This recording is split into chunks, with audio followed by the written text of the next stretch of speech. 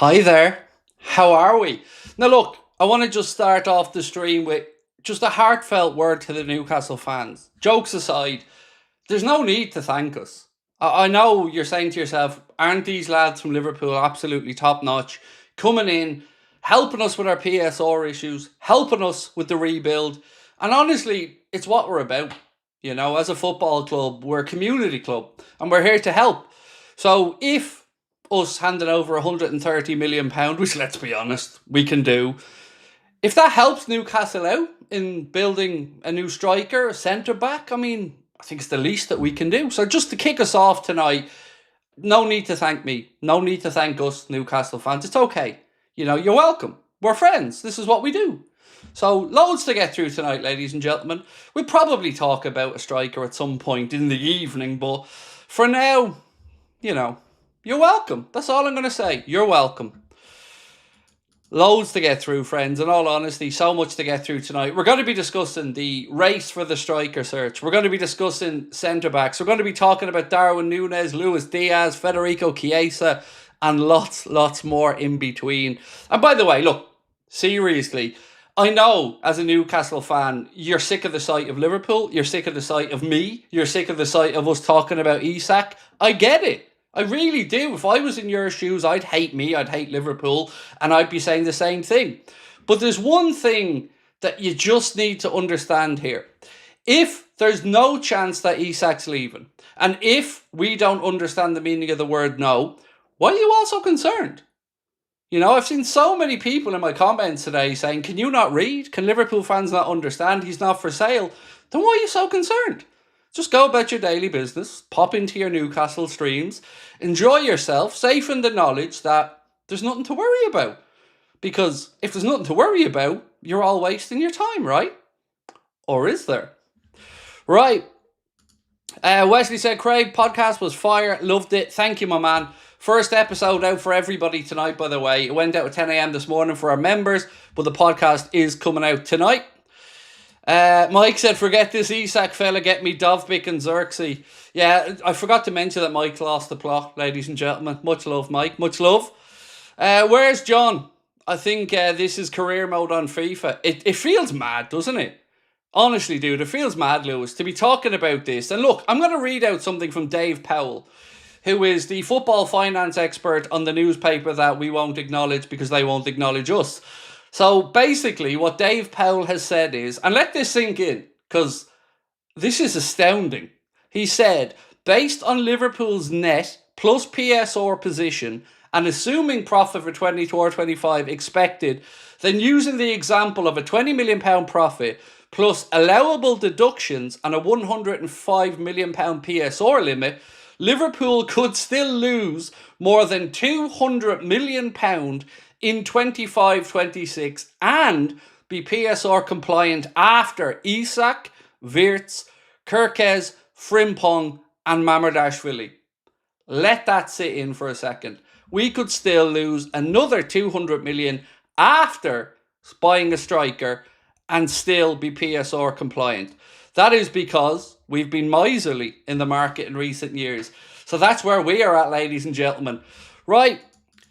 Laser Sharp said, I can hear the chants already. Hugo, Hugo, Hugo. I take it you mean ringing around St. James's Park. Liz, show us your socks. No, Liz, we know how that went the last time. And I haven't gotten any fitter since then. I've gotten fatter, but not fitter. Not since Craig danced that long for ages. Oh, mate, that's a real dance that me and Newlon do together. Colin said, did you see the training videos today? Wirtz was exceptional. I couldn't believe it. Imagine a world where we're seeing him out there, Rodrigo. Am I dreaming? Look, we'll talk about it all tonight, Colin. All of it. Rodrigo, Isak, Newcastle fans, all of it. We'll discuss it tonight. Asking you between Isak, Rodrigo and Ekitike, who would you prefer is probably pointless, but are you excited no matter what, like me? Look, I don't know how it works out. I don't know if there's any way we get Isak. I don't. But we have got to a point where I would say even Newcastle fans, who again I do have every sympathy for in this situation, it's kind of at the point now where Liverpool have said, Sell us Isak or we're going to take Ekitike. And look, these aren't my words. This is just what's happening in the market at the minute. It's very much a case of Liverpool saying, look, if Isak isn't available, that's your prerogative, Newcastle, but we're going to get Ekitike then. So you best probably start your search for another striker again. Because, well, one, we can afford to do it. And two, we truly do believe Isak wants to move to Liverpool. So let's wait and see what happens. He's a Newcastle player and they are perfectly within their rights to keep saying no. But remember what Newcastle's own chief executive said a while back, that sometimes the club has to take a step backwards to take 2 steps forward. And let's be honest, you're never going to get that much money for Isak again. So let's see how this one pans out, because today is the day where Liverpool have played their hand and declared their interest in Isak and Ekitike. So let's wait and see how it goes. Nomad said Newcastle would be stupid not to cash in on Isak. It would get them clear of PSR concerns and could fund a small rebuild. Exactly. It could. And look, again, I have nothing but love for my Jordie friends. Honestly, I love the club. I've said it before. I think they're a great bunch. And I always enjoy when we play against them. And their fans are always top notch. But I want Liverpool to get the best that's out there. And I think, as a fan, as a footballing person, if Newcastle turned down £130 million for Isak, that's crazy. Because like you just said there a second ago, my man, that could move Newcastle clear of PSR concerns and help them take that next step on. And look, for what it's worth, Newcastle fans, I don't think Alexander Isak is worth £130 million. I don't think he's worth £120 million. I don't think he's really worth £100 million. But it's not my decision who Liverpool go after. And it definitely does look like today we've played our hand. So look, I'm going to read you through some of the stories around Isak and Ekitike and give you a flavour of where we are. And then we'll jump in for a conversation. So let's start off with... God, so many stories today. Let's start off with this one. So, David Ornstein said, Isak and Ekitike remain prominent in Liverpool's thinking, but various factors would need to align for such interest to develop. That's how the day started off. Then we had Lee Ryder, who I believe covers Newcastle. Newcastle's move for Ekitike has alerted Liverpool on 2 accounts. Arne Slot remains keen on Isak. The Swedish international is Liverpool's #1 target. Secondly, Ekitike was looked at as a backup option for the Reds if they could not get Isak. Something that may yet spark a response from...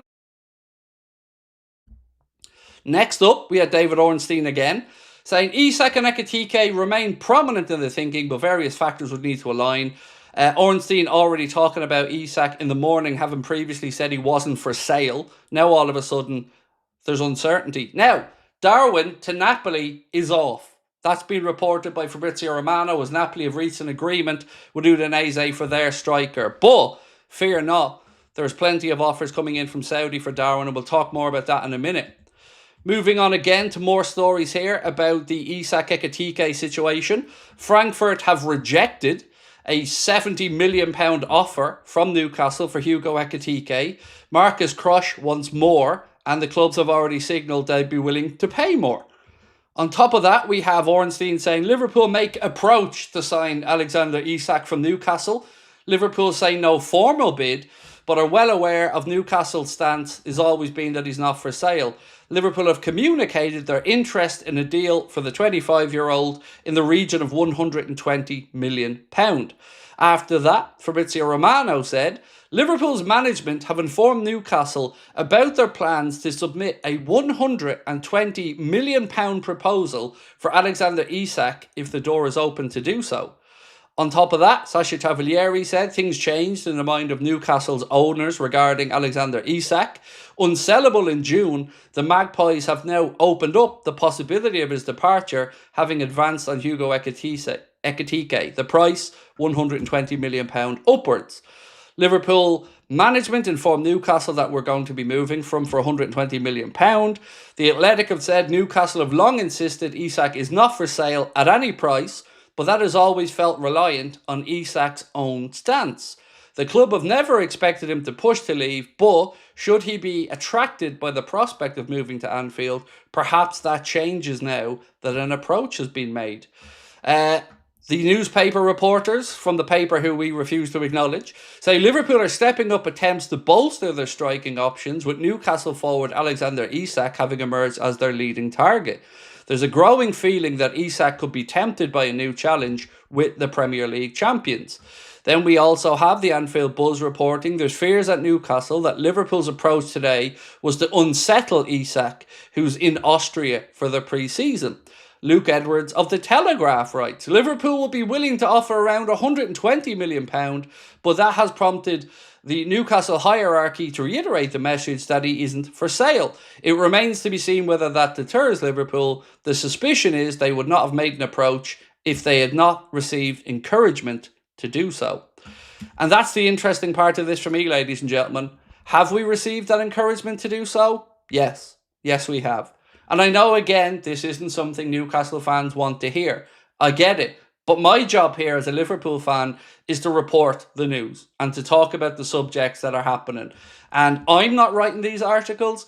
Prominent journalists are writing these pieces and talking about these pieces. And whatever Newcastle fans want to say, the interest is there. And it is at a point now where we'll find out fairly quickly whether Newcastle are going to get Coutinho, whether Liverpool are going to hijack the move, or whether Liverpool are going to continue to try and push for Isak. But either way, it's about time we start acting this way as a football club. So I'm here for it. Right, this one from Skyro said, asking you between Coutinho, which one would you like? I've already done that one. Sorry, mate. Look, it'd be Isak, obviously. You know, Isak would be the one you'd want there, but I think we'd overpay if we're paying the numbers being mentioned. And look, again, he is a Newcastle player. Newcastle are perfectly within their rights to keep saying no. But it gets to a point where every player has a number. And Newcastle have ambitions to continue to develop and become an even bigger club than they already are. They want regular Champions League football. They got a taste of winning the League Cup when they beat us at Wembley. And they want to build on that. And I get that. But it's stages.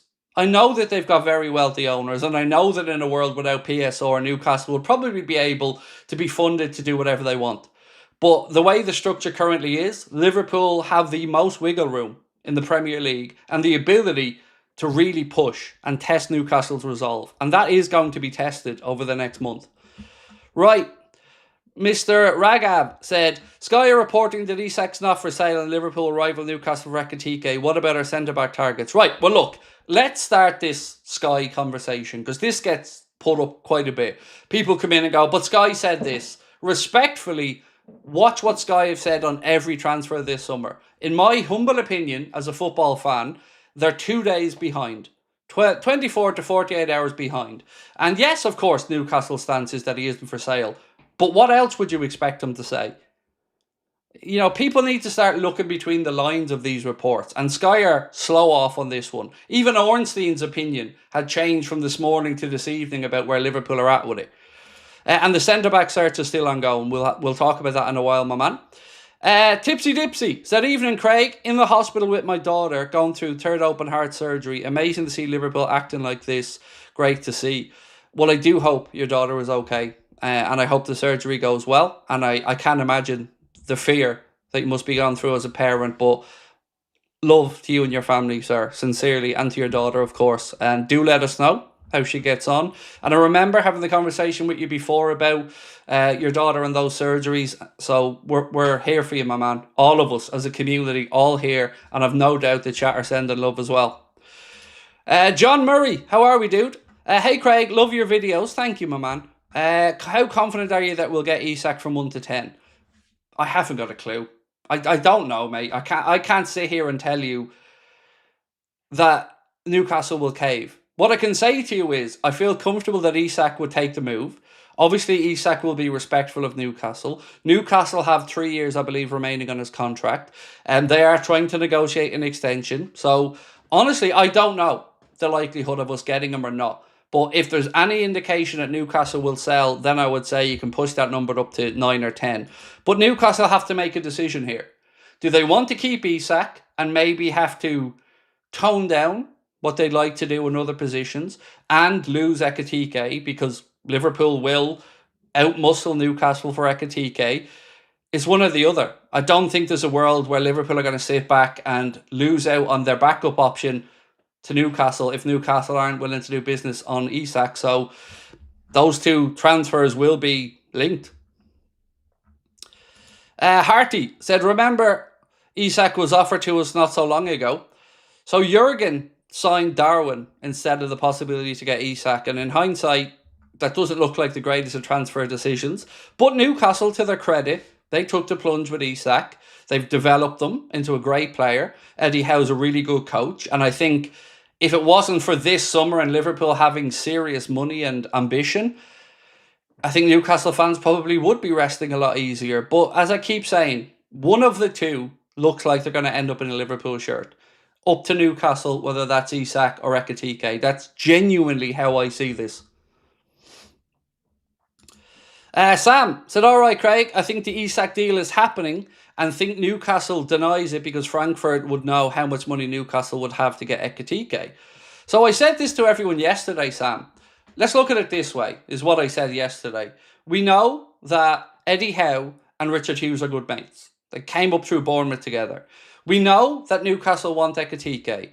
Newcastle also would know, like you've said, that if there's any talk of a sale for Isak, then obviously Frankfurt would know they've got money and they're going to try and up the price.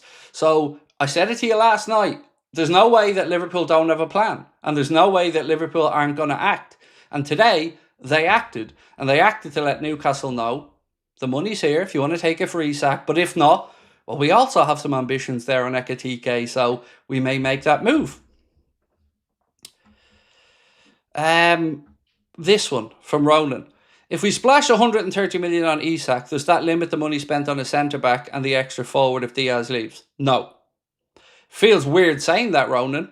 It does. Trust me, mate. As a Liverpool fan, no, it doesn't. And we've already gotten that from, what's the gentleman's name again? 1 second. The guy from, where's he gone? Where's his name gone? Dave Powell, sorry, yes. Dave Powell's already told us where we're at with regards to the ability to spend money. Elwin said, AA WhatsApp notifications are exciting this window. Thank you. I really appreciate that. If you want to join our WhatsApp community, by the way, just scan that QR code on the screen. We've gone past 8,000 followers in there today. It's only been up and running a few weeks, so thank you all so much for joining. We will try our best to keep you at least giggling throughout the summer, if nothing else. Colzer said, are you comfortable with all this business if John can't find his wallet for the next few seasons? Yeah, that could be the trade-off, Colzer, like you've said. Am I comfortable with it? Yes, I think I would be. Because look, let's look at the rebuild we'd have done. Let's just to pander to Newcastle fans for a second here. Let's just say it's Ekitike, right? Just for argument's sake, Colzer. So if we sign Ekitike, we've got Wirtz, we've got Frimpong, we've got Kirkes. We'll get a centre-back. And we will bring in another attacker if we lose Luis Diaz. I'll be really happy with that window. And the only thing I think I would say to push for other signings down the road is you always want to try and bring 1 or 2 in every year to freshen things up. But also, if a big injury came up or something like that. So look, the window isn't finished for us. We do have centre-backs to sort out. We need to figure out the Canade situation. We need to sort out what's happening with Luis Diaz. And on that, I say this with a heavy heart, what I'm about to say, but the reports today from David Ornstein, who is obviously a very credible journalist, has said Luis Diaz has made it clear that he wants to leave Liverpool. So we now know that Diaz wants out. And at this point, I think I speak for all Liverpool fans when I can say it's been pretty clear that Diaz has wanted out for a while. Whether it's not feeling like he's valued enough at Liverpool, whether it's wanting to change the scenery, I don't know. But I think that will happen this summer if Liverpool get the money they want for Diaz, which is about 80 million euro. Bayern Munich have put in another offer yesterday of 67.5 million euro, which was rejected immediately by Liverpool. Like I say, I don't know whether Liverpool's stance here will be Diaz isn't for sale to a European rival or Diaz isn't for sale full stop. My gut feeling is that Liverpool would be more than happy to sell Diaz and Darwin to the Saudi Pro League because it would have less chance to come back to bite us in the backside. But like I mentioned yesterday, I can't sit here and speak with any confidence as to how attractive that proposition is to the likes of Diaz and Darwin.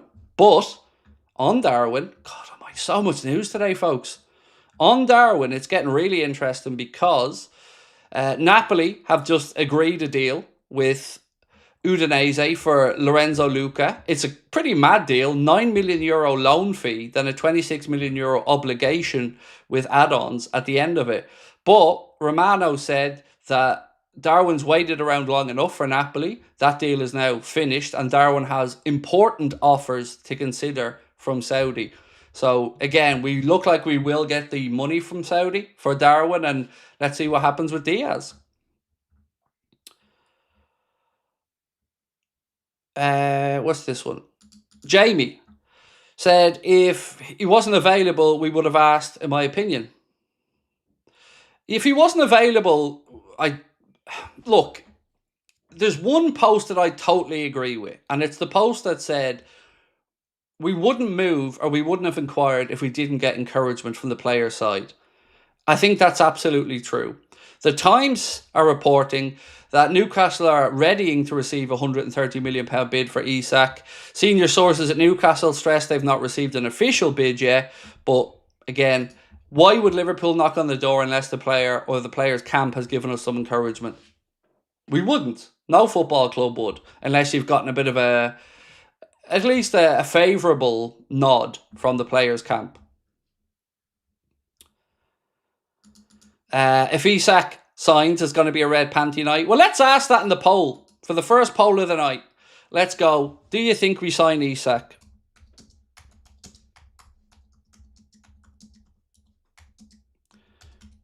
I'm going to go with a straight yes or no. Do you think we get Isak? Yes or no?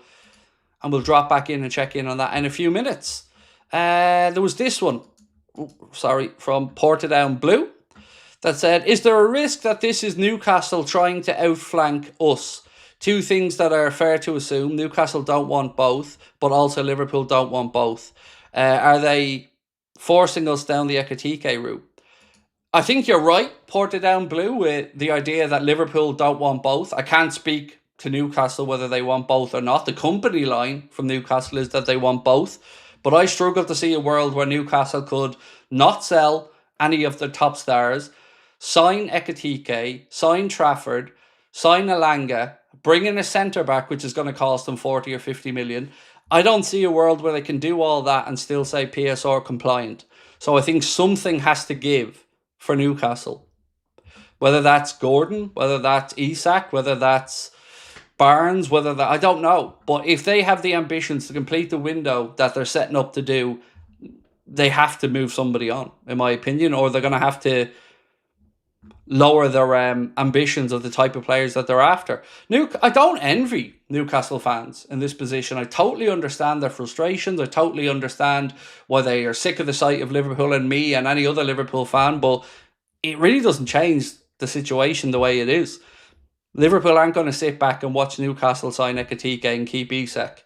So let's see how it plays out. Tanner Freeman said, bring me Isak. Sorry to the Red Sox fans. Yeah, never mind the Red Sox fans, mate. Let them do their own thing. Do you think we've spoken about Isak's camp? Yes, I do. Look, again, we have to live in this world of realism where tapping up happens. It's happening with Canade for us. It's happened with Diaz for us. We did it with Virgil and had to wait a while and pay a bit more. So, yeah, I just can't believe, Maxwell, that we would make any move towards, even if it's just asking Newcastle about Isak's availability, without getting some form of encouragement from the player side. George said, what do we need to do as a team to encourage players to stay? It feels like we're being a stepping stone for a lot of players to leave for bigger clubs. It's an interesting question, George. It really is. I'm at a loss, mate, to figure it out, in all honesty. I don't know what motivates every individual player. Some players are motivated by money. Some players are motivated by silverware. Some players just want to try different environments and different leagues over the course of their career. So I'm not going to sit here and judge the likes of Diaz or Canade. I don't like it. I don't like it one bit that Liverpool seemingly isn't the destination they want to be at right now. But all I can hope for is that Liverpool have plans in place to mitigate it. And with Diaz, there are plenty of options out there for replacements, and we will move on to speak about Rodrigo in a little while. Canade, look, again, I'm going to say I won't lose any sleep if we lose Canade. What will annoy me most, George, is if we lose him on a free in a year's time. For me, if he's made it clear he wants to leave, we should make that happen this summer, and we should go about rebuilding our defence this summer. I don't want to see another player walk out the door for free because I don't want Madrid getting their way all the time. By the way, I'm not trying to ignore the chat, the normal chat. I have so many comments to get through, and I'm already behind on super chats. It's obviously been a crazy night so far, so I'm happy to stay on longer tonight if everybody wants to stay on for a longer chat. And I'll do my best to get through as many comments as I can, whilst of course going through the news as well. So let's move on to speak about Darwin for a second. So Darwin Núñez is expected to leave. Again, as I've tried to tell everybody for a few days, when we get a suitable offer, upwards of 50 million. So Napoli were interested. They've moved on, it looks like. AC Milan showing some interest, and Saudi Pro League side Al Hilal are very interested. Obviously, their new manager has put Darwin at the top of his wish list to join him over there, to join Inzaghi and co with Al Hilal. And Romano described those offers as important offers for Darwin to consider. Right, let me keep moving here because, like I said, busy day, lots of stories doing the rounds. So David Ornstein said it's expected that a move for Darwin Núñez will progress again soon, with both Napoli and Al Hilal keeping tabs on the forward, but we know Napoli have moved on. Here's a very interesting one for you folks. David Ornstein also said that Federico Chiesa is considered an option down the middle for Liverpool. Now, that's interesting because Romano said that Chiesa wants to go back to Italy. So unless he's gotten some assurances or something, I don't know. But if Chiesa stays, well, then at least we know the manager's going to give him some more opportunities this season. That's another player that we have. Young Rio coming through is another exciting option. So you can see how Liverpool are not panicking in the situation with the likes of Diaz and Darwin and certainly centre-back. And by the way, I agree with everybody who said we need centre-backs quickly. 100% agree with you all.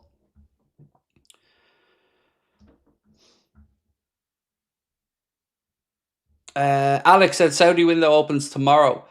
Cool. I knew they'd moved to forward. I just didn't know the exact date, my man. So thank you for that one. Right, where am I at? Sorry, I'm trying to again play catch up with the comments. This one. Jake. Thank you, Jake. So much, mate, for your super chat. You're very kind. Said, hi, mate. Hope you're well. Just a thought. What if Hugo doesn't like that he's our second option and decides to choose Newcastle because... if that's it, then don't tell us Isak we lost out in both. Again, this is a game of poker. There's no denying that. And there is a world where these things have happened. Heck, it happened to us with the Caicedo situation. So, I would imagine that Ekitike understands Liverpool's position. And let's be frank about it as well. Even if we don't get the first target and he fails second target, he's still going to be guaranteed to be getting the minutes. You know, it won't change the stance that if he comes in, he'll be playing. And again, you could argue if Newcastle really do want Ekitike and Isak, can they guarantee him enough game time? Whereas we badly need that centre forward. So it is a bit of a game of poker, Jake. I'm not denying that, mate. But I very much trust Hughes and Edwards in any game of brinksmanship or poker. As long as we know the money's there. And we do know the money's there. So that certainly calms me as a Liverpool fan. I'd be happy with Rodrigo and Hugo in for Diaz and Núñez, said Aaron Staunton. John said, Florian Plettenberg said that we're preparing an opening bid for Isak. Yep, he did, mate. I have that very story open here in front of me. Bear with me 1 second, sir. So many stories today, lads. So many stories. Here we go. Yeah, so Florian Plettenberg said, understand that Liverpool are preparing an opening bid for Alexander Isak. Meanwhile, Frankfurt are waiting for a new offer from Newcastle for Hugo Ekitike, and one club has verbally indicated that they are willing to pay more than Newcastle. Who do you think that might be? And by the way, again, Newcastle fans, I know you hate me. I know I'm a piss-spoiling merchant. I get it. But this is fun. You know, for us, this is fun. You know, I love this time of the summer when we're in action and actually spending money. So, yeah, I'm excitable. Yes, Liverpool fans are excitable. But hand on heart, Newcastle fans, do you think selling him for £130 million isn't good business? Because we're overpaying. I've no doubt in my mind we're overpaying, and I think Newcastle should take the money. Because if this was the other way around, I'd be encouraging my club to take the money if we were in our stage of development. Because look what the Coutinho money did for us. That brought us in Virgil van Dijk and Alisson Becker. That started this revolution under both Jurgen and Arne. It was huge for us. So again, sometimes on the face of it, tough decisions have to be made to take one step backwards and then 2 steps forward. Laser Sharp said Diaz on 55k a week, Wirtz is going to get 200k a week. Yeah, except Diaz isn't on 55k a week. This has been put to bed already. He's, according to club sources who have spoken to newspapers and journalists, he's on about £140,000 a week. So I know you're going to say, but Craig, F brief or blah, blah, blah says it. The club are briefing these people that Diaz is on a lot more money than people think. Now, for what it's worth, when I was speaking to David Lynch 9 months ago, maybe, we had this conversation off camera, and he was of the mindset then as well that Diaz is on more money than is being spoken about in our fan base. Now, he didn't go to a number because I don't think genuinely he knew the number at that point, but it was always believed that this 55k number is not what he's being paid. Corbin said, deep down, how do you think this ends?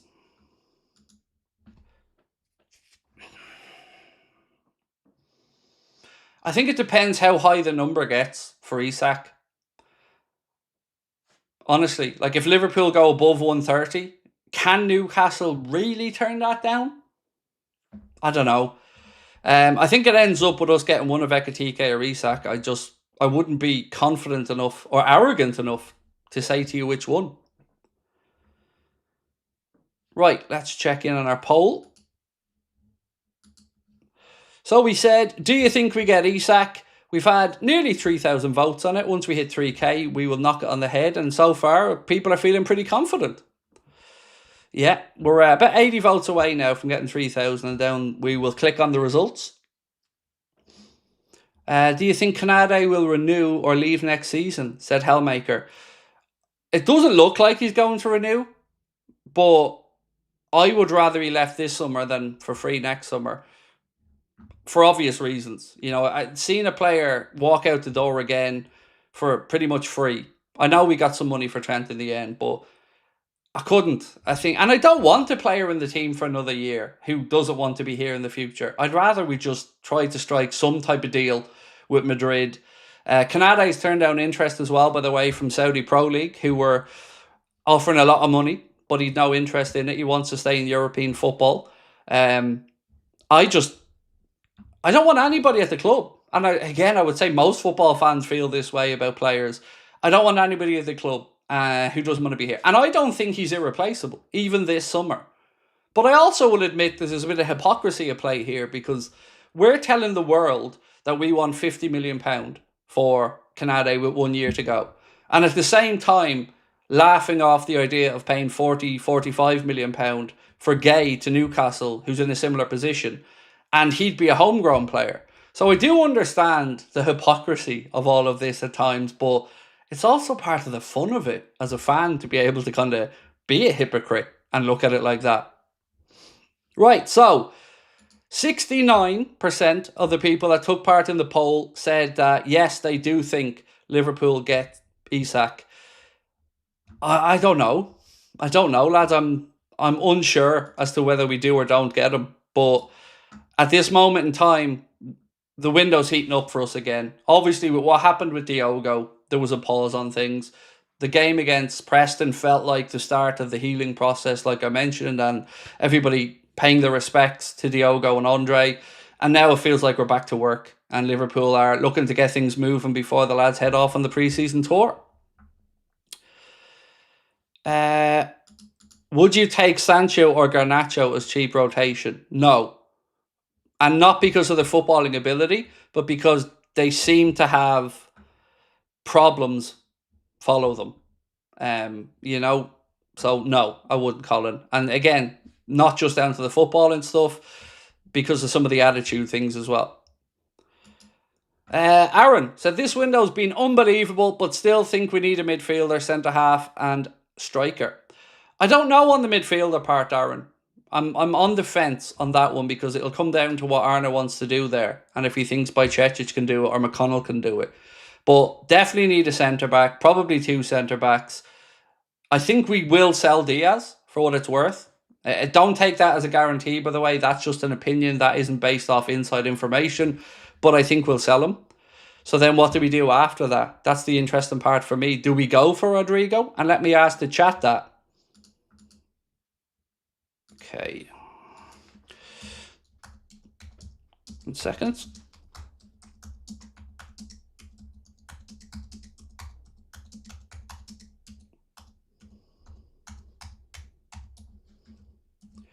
Right, do you think we make a move for Rodrigo? That's the latest poll. And the reason I ask that is because, well, there's been quite a few reports coming from Spain today that said that Liverpool do want Rodrigo and that his agent, Pina Xavi, who we know is one of the super agents in world football, is working on the deal. I personally would like to hear more from some English journalists on this to let us know whether that interest is sincere or not in Rodrigo Goes. Santi_J_FM said Liverpool are expected to enter the race for Rodrigo soon. Arne Slot appreciates the player a lot. And I would say if we do sell Diaz, it would make sense because you could then say to Rodrigo, yes, you're going to be battling with Cody Gakpo, but we're always going to have 2 players on the left side to give us options. But that will be where you can play, which is his favourite position to play in. So, I hope there's truth in it because it'd be brilliant.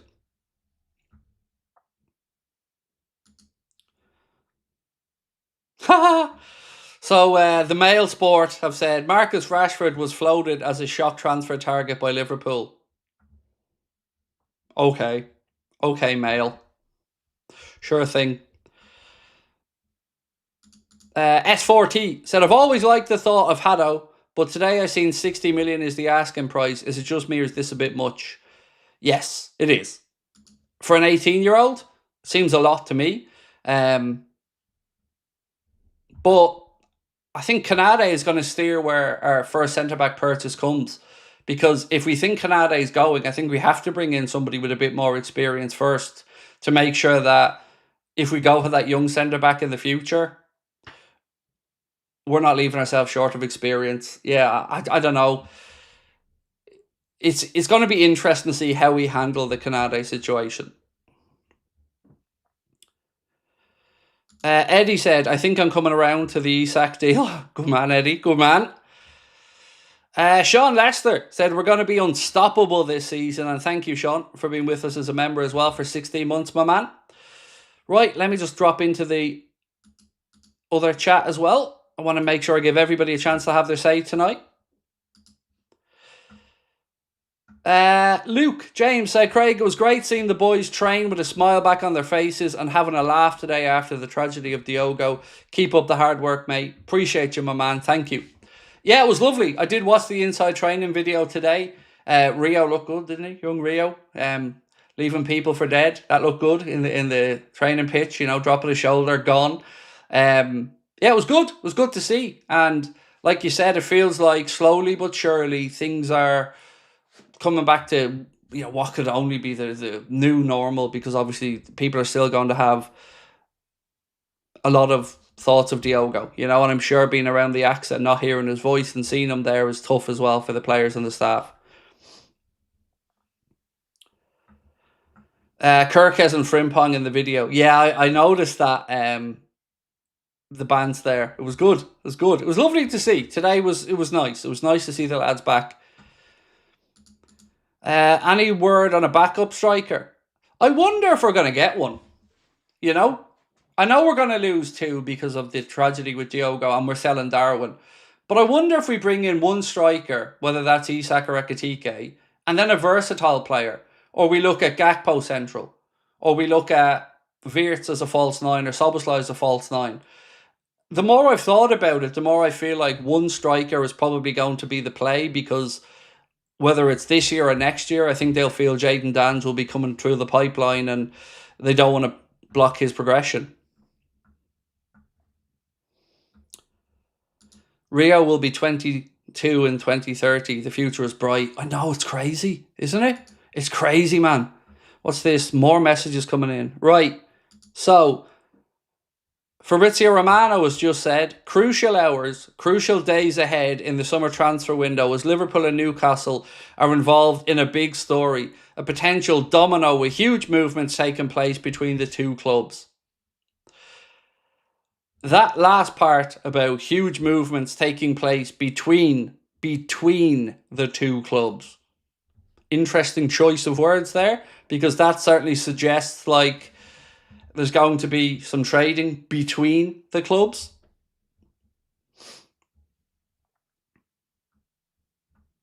This one, Mateo said, Julian Alvarez is unhappy in Spain and it would cost 100 million. Wouldn't it make more sense to go for Julian Alvarez? Honestly, an Alvarez deal would probably cost less. The problem there is he doesn't want to come back to the UK. At least that's the reporting around his situation. That's why he wanted to leave City. He's just not happy. Apparently didn't settle properly, or his family didn't, or his missus didn't in the UK. And I agree, mate. Look, he'd be my number one target even ahead of Isak. I said that all summer. But it really just feels like there's no chance. And I think from what I'm reading in Spain, unless something has changed, there's a lot of belief that maybe if Atleti don't have the season that Atleti fans would hope for and he would hope for, that Barcelona could be a future destination for him to replace Lewandowski.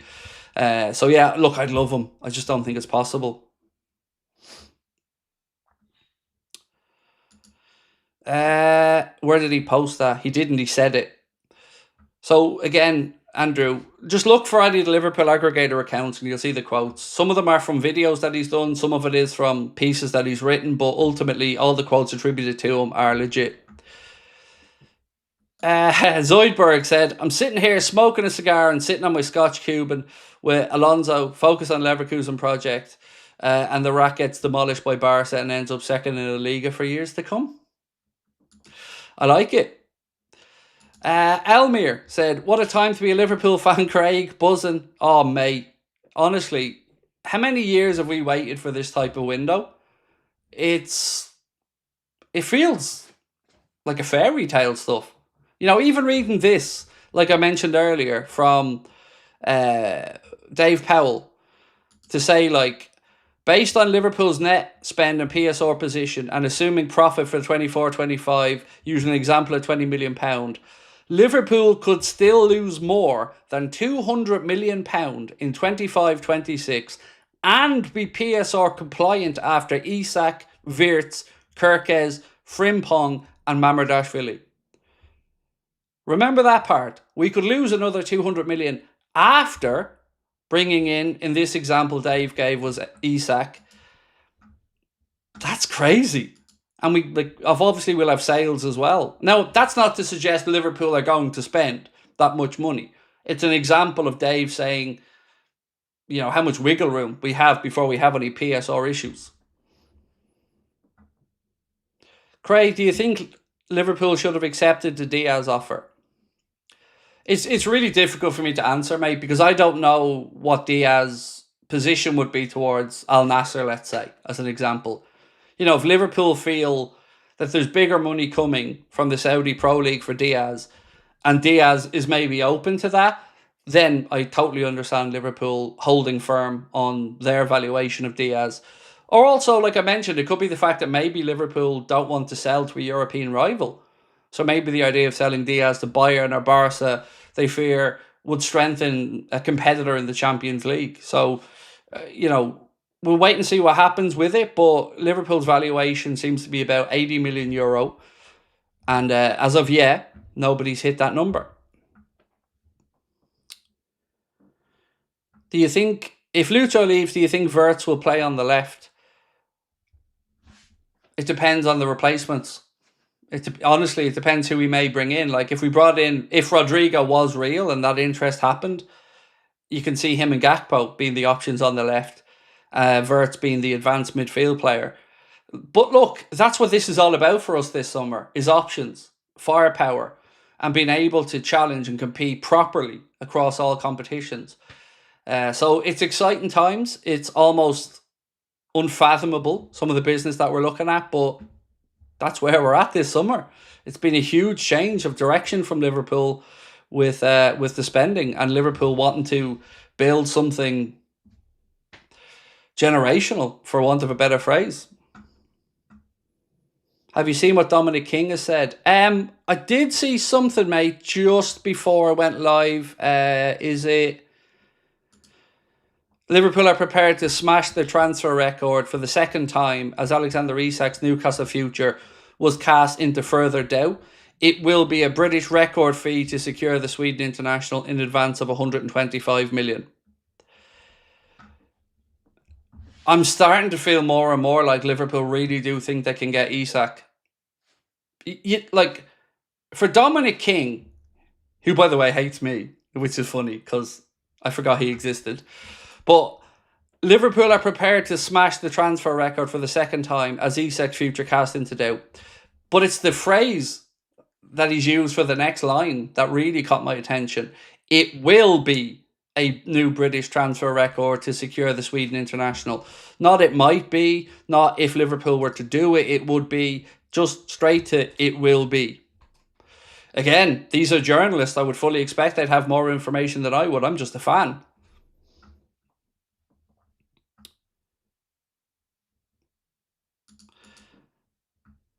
I would only trade Maka for a prime Vinny and Mbappe. Hand on heart, Off-White, I wouldn't want either of those two lads at Liverpool Football Club with the circus that comes along with them. Look at what's happening at Real Madrid right now. The fans are unhappy with Mbappe. Vinny Jr. is wanting 30 million a season. No, not for me, mate. I'd keep our humble quality Alexis McAllister. Thank you very much. I'm a massive Maka fan, so... Troy said, "Hey Craig, do you think Isak will push for this move?" I don't know. I don't like it when it has to get to that point. If a player really wants to move, and because I'm sure Isak loves Newcastle's fans, who in turn absolutely love him, and I'm sure that he's been treated very well at Newcastle, and they've certainly helped progress his career. So in an ideal world, I'm sure he wouldn't want it to happen. I'm sure Newcastle fans wouldn't want it to happen. But I don't know, because we're obviously getting encouragement from somewhere, or we wouldn't continue to be openly talking about it like the club seem to be. Bulletproof, thank you, my man. Appreciate you. Real Madrid can enjoy the bed they made, said Kyle Agger. They put together the batch of entitled children who think they're God's gift to the earth. Yep. Boeing Zibidi said Isak has missed 39 games through injury in the last 3 seasons. Mate, I'll be the first one to sit here and tell you I think the price is nuts. Like, if I was to give you a fair market value for Isak, with the injuries, it's probably 90 to 100 million max. So it feels as if we're willing to pay a pretty big premium to get the guy. And I'm sure they know, Liverpool, of the injury concerns. You know, whether they're banking on Ruben Peters being able to work with Arne Slot to improve his availability rate, whether they're thinking that maybe we don't have to play him or rely on him solely every single week if we had another option to the centre. I don't know. But they will be aware of it, of course. Like, his injury record's open and for everyone to see, but I don't know. They're not been put off by it. This one, Rabadam. How are we, my friend? Lovely to see you in. Said, so we're going for Isak. Meanwhile, United are being linked to Nicholas Jackson. I fully can't describe how happy this makes me. I think Nicholas Jackson would be all right for United, you know. There was actually a link with us with Nicholas Jackson at one point. It was the very first story I got today, and I didn't bring it into any videos yet, but David Ornstein said, Nicholas Jackson is a player Hughes liked when he was at Bournemouth. If the Senegal international was not a Chelsea player, he might be a more realistic candidate. So there's certainly been some chatter previously about Liverpool's name there, but it's not going to happen, obviously, because we need better than Nicholas Jackson. Wesley said, Elliott plus 90 million for Isak. That between from Romano. Well, look, I don't know where Harvey Elliott's mind is, Wesley, about where he'd like to go. We know Villa are there, Brighton are there, West Ham are there, Leverkusen are there, another Bundesliga club are there. I think Newcastle and Eddie Howe still have a like for Harvey Elliott. So, yeah, look, anything that makes any of these deals possible, I'm open for.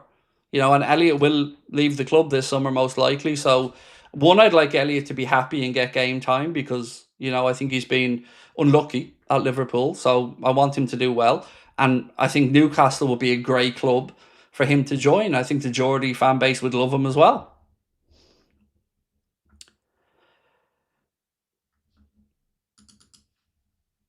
What's this one? Sorry, I've got so many posts getting sent in to me here by the minute. Right. Okay, we've done that one. And then there was this one. So was it the Dominic King's other post that said contract talks have stalled between Newcastle and Isak? No problem, or no progress made. Are there any Newcastle fans in the chat? Genuine question, I'm not on a wind up here. Because I'd love to know the Newcastle fans' take on this. Like, is there a number that they would feel comfortable doing business at? Or would their stance as a fan be, there's just no way we can lose Isak? You know, genuinely, I'm not trying to be a wind-up merchant here. I've got nothing but good things to say about the Jordies. Have you seen Antonio Nusa from Leipzig? I've seen a little bit of him, mate, yes. And look, you always, for me, pay attention to Leipzig players because, you know, it's a good system, the way Red Bull bring through. Go. Nos 4, excuse my pronunciation, mate, if I've said that incorrectly. Ekatike is too expensive, not worth more than 50 million. We should have gotten Duran on loan. So I looked into that Duran thing a little bit, and the best answer I can give you is I think there would have been major tax implications for John Duran if he came back to the Premier League or the UK so soon.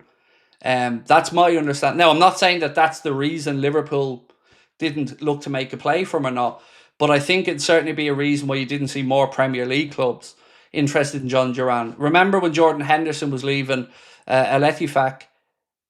I remember that he had to go to Europe or outside of the UK for a bit longer, or he would face pretty big tax implications on his wages from Saudi. I think 18 months or 2 years, something like that. You have to be outside the UK to claim the benefit of that Saudi tax-free thing. If I'm wrong on that, I apologise, but that's kind of where I think we're at with it. Right. So, Florian Plettenberg just posted to say, Isak is currently the number one striker target for Liverpool, confirmed again with an opening bid being prepared.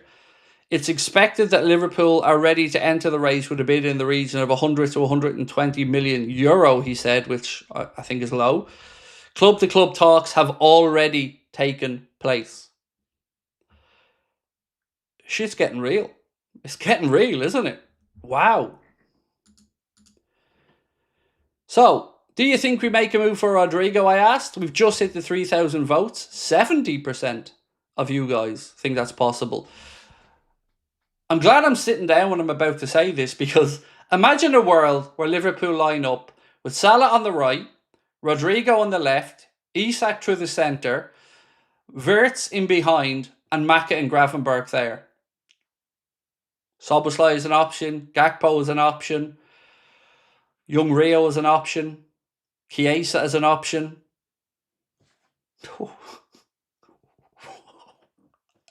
Oh my God. And the mad part of all of this is it's what they're trying to do. Maybe outside of the Rodrigo one that I'm not 100% certain of yet, but it's all plausible.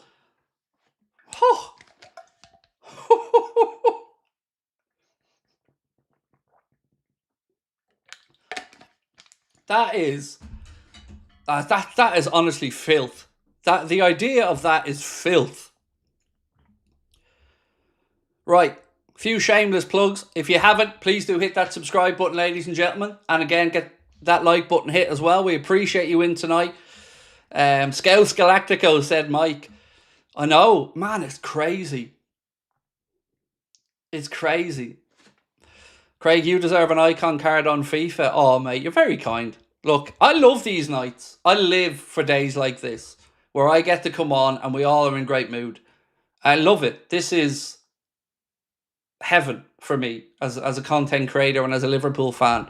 I've gone through many windows where I'm sitting here spitting fire at the owners. I'm being really angry. I promised all the time, I said, if we ever get to a point where they start spending money and backing the manager, you won't hear a word from me about them. And this summer, I am one very content and grateful Liverpool fan. And why wouldn't I be? It's absolutely mental. And we still have the beautiful Adidas kit launch to come as well. This one. I can't believe our club is spending big money. I know. But you know what? My mind, Eddie, goes back to something I read on a Red Sox fan forum about 6 months ago.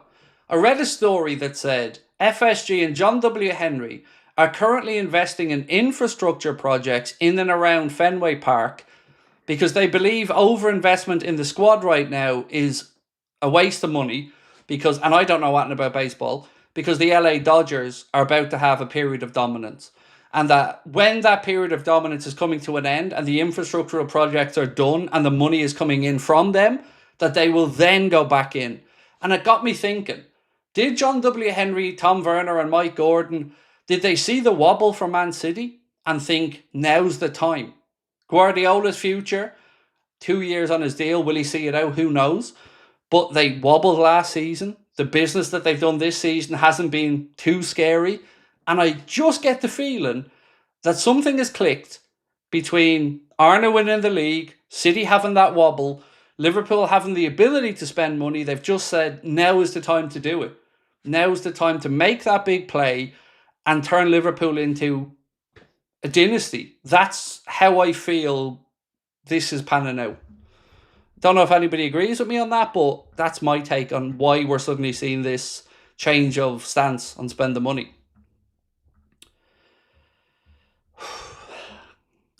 Hi Craig, percentage-wise, how confident for Isak? It's going up by the hour. Honestly, like I said to the other day, 5 or 10%.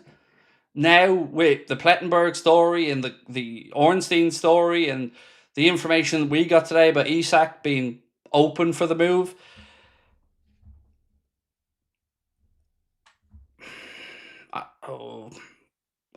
let me just say, for the first time, I'm thinking it's possible. Like, it's actually possible. I don't want to give you a percentage because it's just a guess. You know, I've been honest and said, I don't know the play for the forwards. I've been just kind of reacting in this one more than anything. But it's been the most intense 24 hours, I think I can remember for stories. Like, I was doing my videos earlier on and I'm always, you know, trying to get myself up to the 8-minute mark because that's the length I feel comfortable with making a video. And today I looked down and I hadn't even gone through all my news. I hadn't waffled at all and I was already at like 10 minutes. There was so many stories today. It's just moving so quickly. What's this? So Mark sending me something else.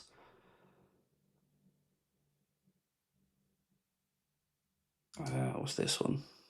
Oh yeah, I've already read that one out, mate. I've already read that one out, Mark. but thank you for sending it in. Ronan said, Craig, love the channel, by the way. Thank you so much, mate.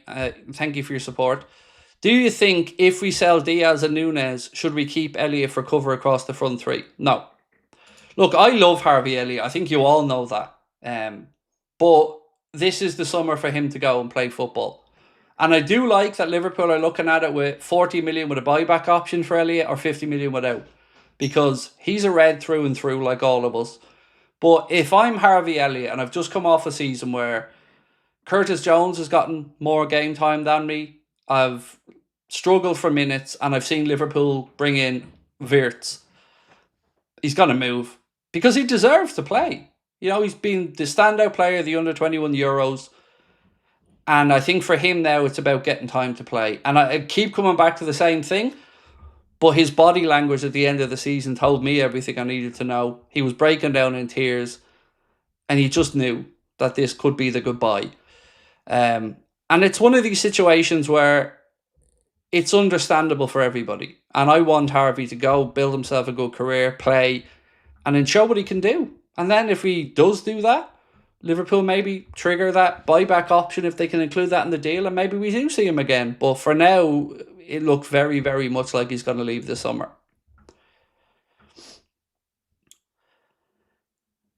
Michael said, Craig, hope you're well, mate. Great podcast last night with the boys. Looking forward to future ones. Thank you. I really enjoyed it as well.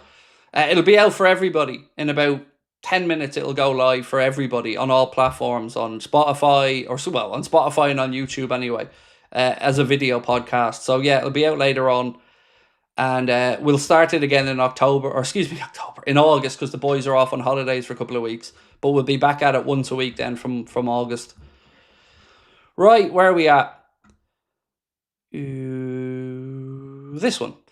Dan said, Hugo to Newcastle with Isak would be dangerous. It would. Look, it'd be brilliant if you're a Newcastle fan and you've seen those two as options. But I don't think Liverpool are going to let it get to that point. It certainly feels to me like Liverpool now feel like this is the chance to try and really push for Isak. United want Dominic Calvert-Lewin on a free as their main striker. I don't know what to say to that, dude. I don't know what to say to that. Dave said, watched the podcast earlier, really enjoyed it. Thank you, Dave. I appreciate that, my man. Yeah, I like talking with those two because usually I have a different mindset to Steve in particular. Me and Steve are very yin and yang on these things. But it was great to get back into it and talk to the two lads. I think this podcast should do well. I really do. I think over the course of the season, people will see different opinions, and I think we'll reflect a lot of what the fan base are saying in our conversation. So yeah, thank you, Dave. I appreciate that. Dan, Newcastle fan, I think 150 million plus. Whew. Dan, I can't say to you, bro, that I know that there's an upper number for us or not. I don't know, my man. But I already feel like 125, 130 is too much. But if I'm being really blunt with you, mate, at this point, I kind of don't care about the money.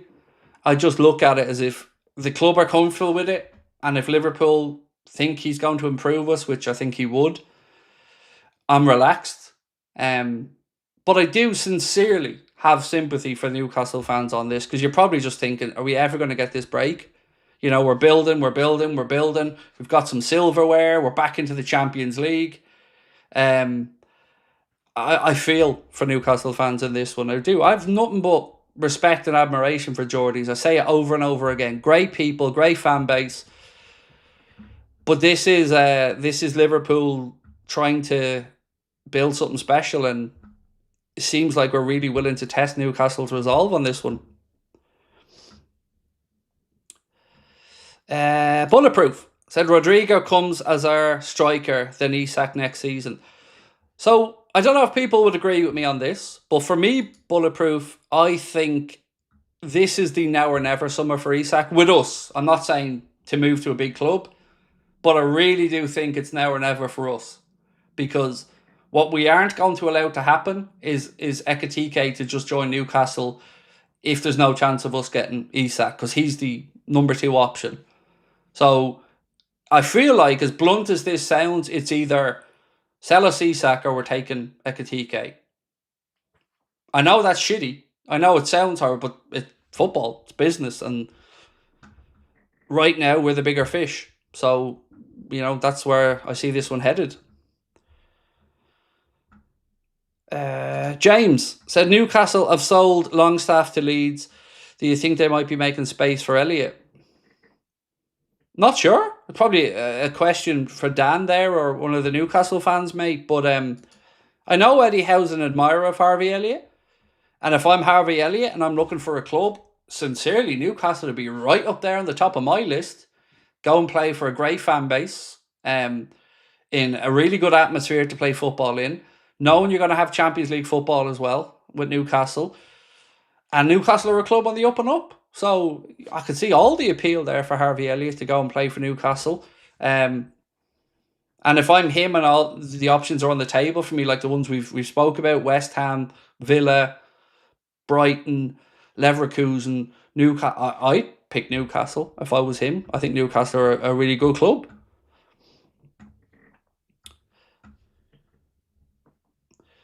When is our next preseason game, and will the likes of Wirtz, VVD and Maka be back for it? Yes, they will, yes. It is against AC Milan. I don't know the exact date off the top of my head, but I want to say like 21, 22 of August, something like that. And it's AC Milan over in Hong Kong. That's the next one. And then after that, it's Yokohama Marinos, and then the double-header with Bilbao. Didinho said, Craig, can you say that 11 again? I'm nearly there. Okay, you ready? Allison, Frimpong, let's say Mark Gay for conversation here, Van Dijk, Kirkes, Gravenberg, McAllister, Wirtz, Salah, Isak, Rodrigo. Need tissues? Can you say hi to my wife, Ali? She's also a Red. Ali, how are we? Thank you for watching. Thank you for supporting the right club as well. And thank you to allow George to listen to me every night. David said, hi Craig, do you remember the interaction between Isak and Virgil at the end of the Carabao Cup? I do. I definitely do. And I also remember Virgil saying to himself, he admitted to this, I believe, coming off a pitch once, why wouldn't you want to come and play here? When he was still a Southampton player and he was, being linked to Liverpool.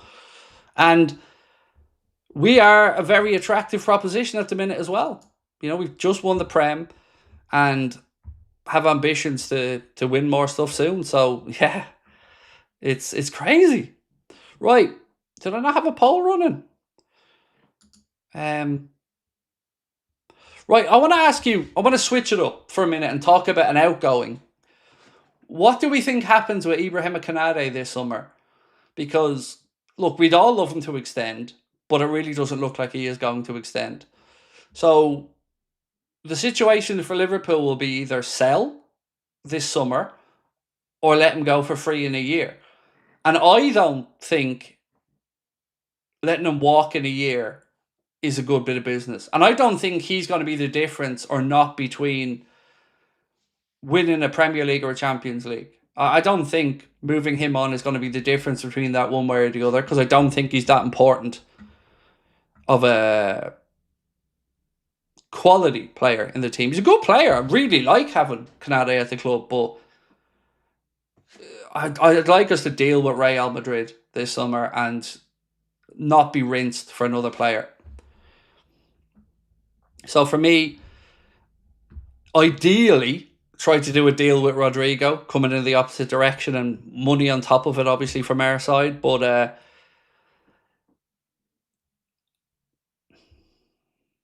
the idea of sitting through a season where we maybe win some silverware, but have it diluted with constant stories about Madrid, Konate's move in the future, him giving his word to Alonso, him looking forward to all this shit that we've seen all last year around Trent. I don't want another season of that, because it somewhat took away from my enjoyment of what was an incredible season, because it was draining seeing it and having to pretend that Trent was being respectful to the club and still thinking it over when we all knew damn well he wasn't. So for me, I just want to draw a line under it this summer.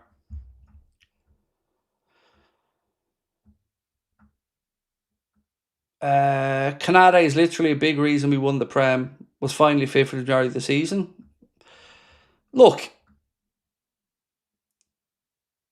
Canada is a good defender, but I don't think if we brought Mark Gay in, let's just say, I don't think that weakens us one iota. And I don't think Canada is the difference between winning or not winning a league. And I don't think he was the difference between winning and not winning a league last season. I think he is a good defender who certainly plays the role the way we need it done well. But he also has me on edge all the time. He gives away silly free kicks. He's too touch tight to people. He can be found mentally wanting at times and not fully focused enough. And I think any player of any decent standard playing alongside Virgil is going to be made to look better. So for me, it comes down to the simplicity of, if he doesn't want to be here, off you pop. I don't want a player that doesn't want to be at the club, because if you don't want to be at this club right now with the way we're going, and I mean, bye-bye.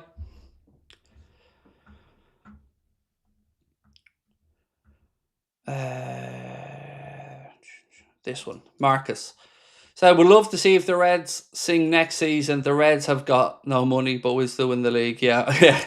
The amount of people on social media that I'm hearing that are cry-arsing about Liverpool spending and asking where the PSR concerns is, do they not realise that we've done nothing for the last 2 windows, basically, and very little for years? We've been like crying for this money to be spent, and now we're finally spending it, and heads are falling off, and I love it.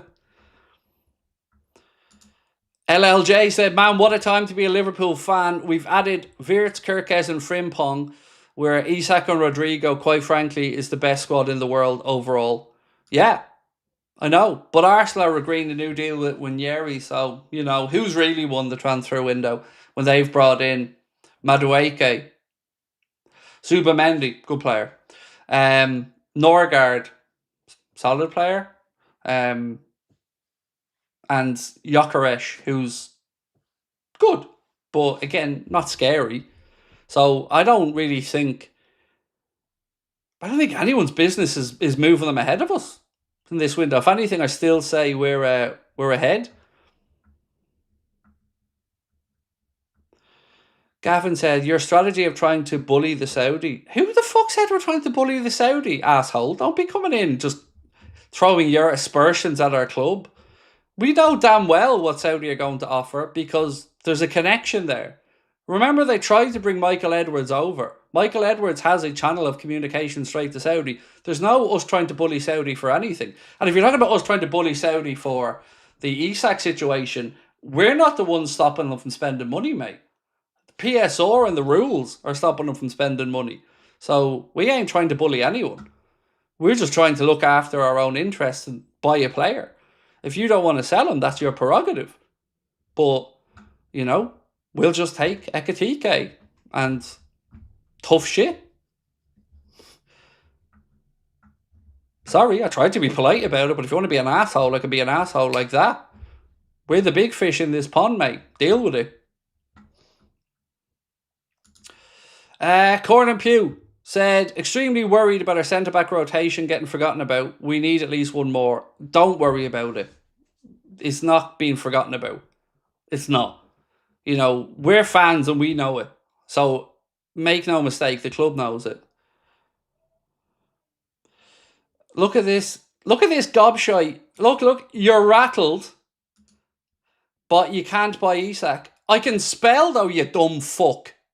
Again, why is it that all of you trolls are thick as pig shit? It's you're looking for, dickhead. YOU''RE. That's what you're looking for. But it's okay. Not only am I here to bestow football knowledge upon you, I'm also here to educate you. So stop trying to be that guy. You fucking aren't. You can't even put a sentence together. Leave the adults to do the adult stuff and you just cry. It's okay. I get it. You're scared. That's okay. But you ain't going to win this debate. So stop wasting your fucking time. And stop wasting mine, more importantly. Or we'll just buy your whole club. Just stop. If we get Isak for 120 million, leave us short getting a centre-back. No, it won't. The money's there. The money's there for us to spend. It's not going to leave us short.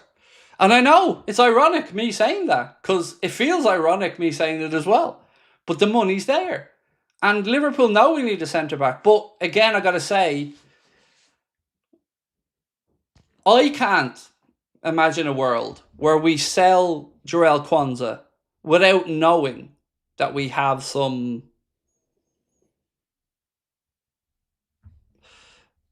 plan. Sky Sports News are saying, Sky Sports News are shite. If you get your news from Sky Sports News, then we'll see you in 2 days when they catch up. Because honestly, mate, that story this morning is about 48 hours behind. Don't even have to listen to me to it. You can just look at Ornstein and Romano. Kevin John says, proper bell end. See, that's the thing though, Princess. You're in my chat. I didn't go to your house and drag you in here. You came in here of your own free will. And you came in because you wanted to try and banter Liverpool and about not being able to get Isak. But problem for you, dickhead, is I don't care what you think. I couldn't give a shit. I don't know who the fuck you are.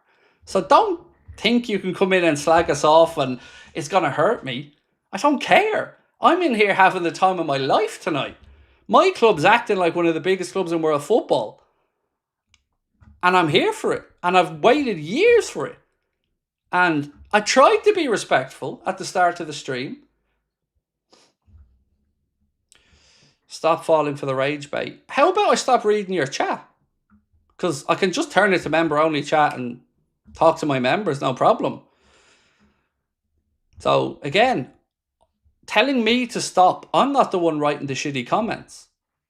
So how about having a pop at the dickheads and leave me to enjoy myself and have fun here? Simple as that. Why is the onus always on us to take the moral high ground? I didn't start this shit.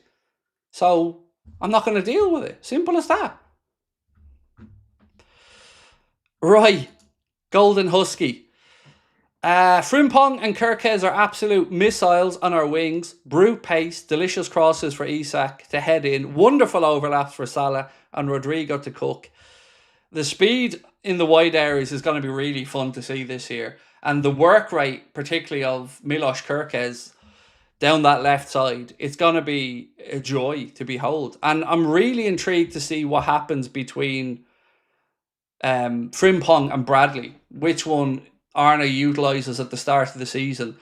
Because my reading of the way they both played the position on Sunday against Preston was that Bradley's more up on the way Arne wants the fullback position to be played. And you've seen the channel that he was running in, those underlapping runs in the half space. Whereas in the second half, when Jeremy Frimpong was on, it felt like, I don't want to say it was basic bitch stuff, but it felt like he was just playing in that right back role. There was no license for him to really move into the attack in the same way that Conor Bradley did. And I can only assume that that's because he's still getting to grips with the way Arne's wanting them to play. And, you know, Arne just doesn't think we're at that point yet with Frimpong. But it's two cool options. And I've really enjoyed seeing Jeremy Frimpong in and around the club. Just the videos of him and the interactions and stuff like that. He looks like a great addition to the changing room. He looks like a really top lad. I watched some of the reaction videos today, and they did one on Isak News. The absolute horror and fear in the eyes of those rival podcasters was beautiful to behold. They're bricking it. And as they should be. Because hand on heart, if I was another club's fan and I'd seen what Liverpool are trying to do in this window, I'd be very, very nervous as well. And I still pinch myself, S4 teammate, because it doesn't feel real. You know, even just admitting Wirtz is a Liverpool player, that doesn't feel real yet, because that's not the way we move. You know, we don't go out there and break records for players.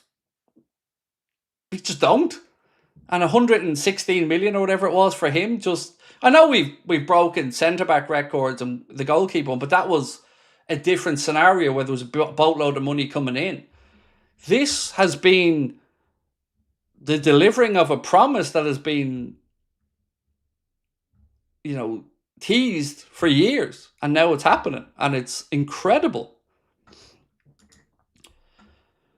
Other than Gay, is there any other centre-back links? So there was the young kid from Parma. There was Nathan Collins. There was one more. There's been loose stuff with Diamande, but again, I can't say to you who the centre-back option is. But I just don't think Liverpool would have sold Kwanzaa if we didn't have a plan.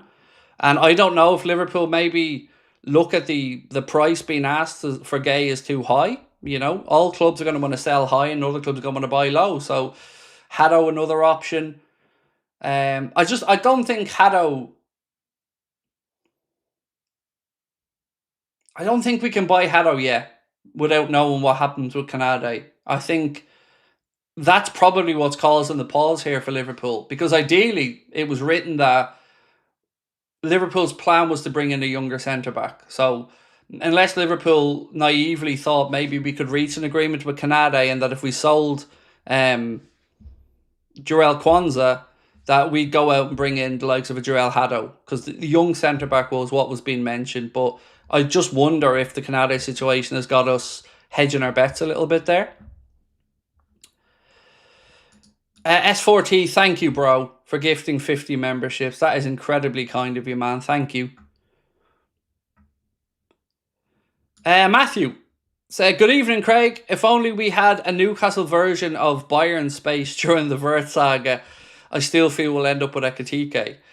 I just find it really funny that there's a load of Newcastle fans who are saying, you're not getting Isak, stop. Do you not understand the word no? Why are they so worked up then? Genuinely, if you're so sure that Newcastle aren't going to sell Isak, you should be just laughing at us or ignoring us. All you're letting us do now is know that we're in your head and know that you're genuinely concerned. Right? Because it doesn't ring true. If there's nothing to fear, you're not going to continuously go on every Liverpool channel, podcast, platform and write, you're wasting your time, you're wasting your time, you're wasting your time. You just get on with your life. But they're clearly rattled. And I understand it. Sincerely, from one football fan to another, I understand it. But I'm also very happy that my club are at that point now where we're acting like the big boys. And it's glorious.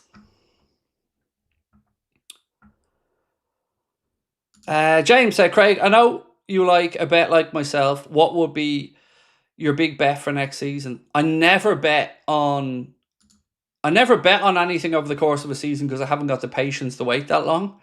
So, you know, I'd never bet, let's say, on who wins the league, because I just don't think it's worth waiting 9 months to find out whether you win or lose that bet. What would be an interesting bet that I'd look at?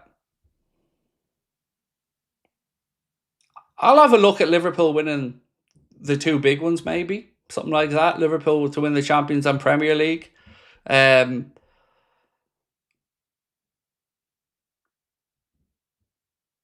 Yeah, nothing really stands out to me. Honestly, I don't bet over those longer terms. I only bet in short-term stuff.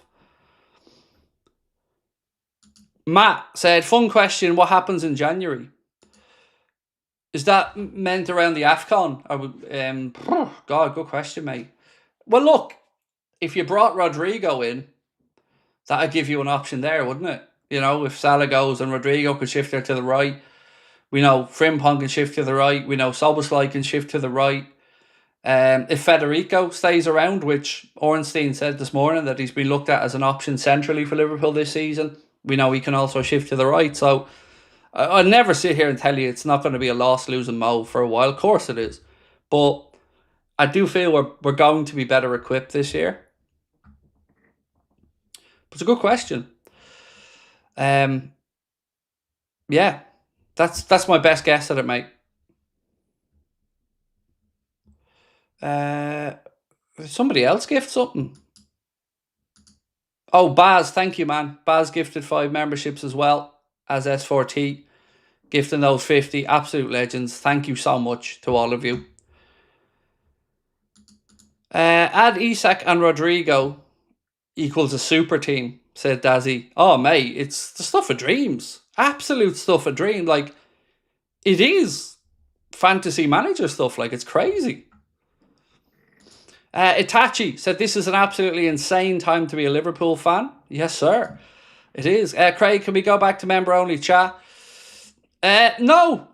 Look, I get it. This is the thing that I struggle with the most, because I want the chat to be open to everybody, but I don't want people coming in abusing anybody in our chat, whether it's me, our club, or each other. So it's a tough one, but it's a last resort thing. I don't want to, because most people are good people. And I love having a bit of banter back and forth with people. And I tried to come in tonight to be respectful to Newcastle fans from the start, because I honestly understand and sympathise with them. But there's just always going to be some assholes, and I guess I need to be better ignoring them. Harvey, thank you, mate. Appreciate you. I loved your message earlier on WhatsApp about Vert, Salah, Rodrigo and Isak. I'm buzzing. This could be real. It really could. Dude, it really could. It's insane. By the way, I'm going to stay on later tonight, so do stick with me. We're going to keep going with the chat, because there's lots of developing stories that I haven't even got a chance to get into yet. So if it's okay with everyone tonight, we're going to stay on a bit later. Tots Rocky said, just wanted to show some love. You've created a great community, Craig. The shitheads in the chat are just that, shitheads. Let's go. So there's one other thing I want to be completely honest about. You know the way you all say to me, don't go in on people in the chat. I know why you say that, because you think I'm being rage baited. But there's one part of that I think all of you forget. I kind of like it. Like, I'm an emotional fella. So I love having a pop back. It makes me happy. I'd rather I didn't have to do it, but I'd be a liar if I sat here and told you at times it's not satisfying to have a pop back. It is. And thank you, Tots Rocky, man. Our community is awesome, and I absolutely am eternally grateful to have the people that we do in our community. It's truly something I'm really proud of. We should be in for a CDM to rotate with Grav. Look, I totally hear you, but like I've said so many times, we don't know what Arna's thinking there. So if Arna really rates McConnell or really rates Bajcetic and thinks that they could become the backup, I'll understand us not bringing in a defensive midfielder. But if he doesn't, and maybe Bajcetic doesn't get the pre-season we hope for, or doesn't get back in time, I get you. Like, I wouldn't disagree. But I don't see it as a priority yet, because we do have McConnell, we do have still Morton, who will move on, and we do have Bajcetic, and obviously Wataru. So we have options. But I get your point. I just think we need to wait and see how pre-season goes in that regard. Do we buy 2 strikers given the circumstances? I don't think so. So, again, I'm guessing, but I don't think so, because don't want to block the pathway for Dan's. We're still not 100% sure what way we're going to play with regards to a striker. And we have a lot of versatile forwards that can play across the front line. So I think you could get away with one off the post if you brought in a utility player like a Rodrigo as well.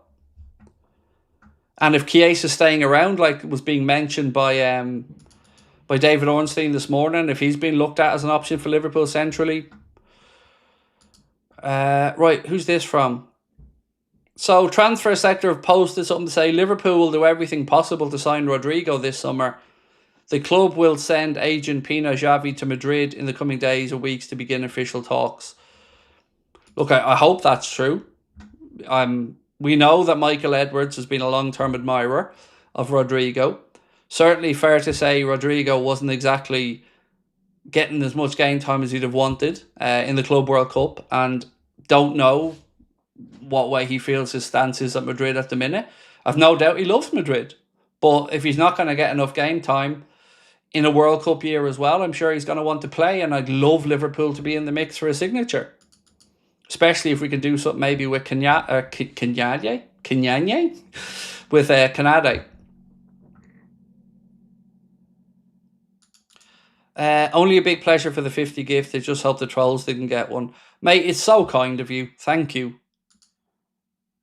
Really, mate, you've been awesome. You've been so generous over the last whatever length of time. Like, I don't even want to put a time frame on it, but man, thank you. Andrew said today was going to be the day the Arne Slot would make his mark by now. We thought he'd play it safe, but he went and raided Jordie Park. Again, to Newcastle fans in the chat, I've nothing but respect for you. I really do. And any of our community will tell you that. Newcastle are a club that I have so much respect for. And I would hate this situation to be reversed. But I really feel like we must have encouragement or we wouldn't still be here for Isak. And I just want you to know that there's certainly no malice intended from me, because I've nothing but respect for you. But it's an exciting story for us as well to talk about, and for our club. Rian said, I think you missed my previous chat. Let me just scroll back, my man, and check. Ryan, sorry, Ryan, my apologies. Let me check back, mate. Probably could have, dude. A lot has happened tonight, and if I've missed some stuff. Where are we? I'm scrolling back, mate. I'm scrolling back.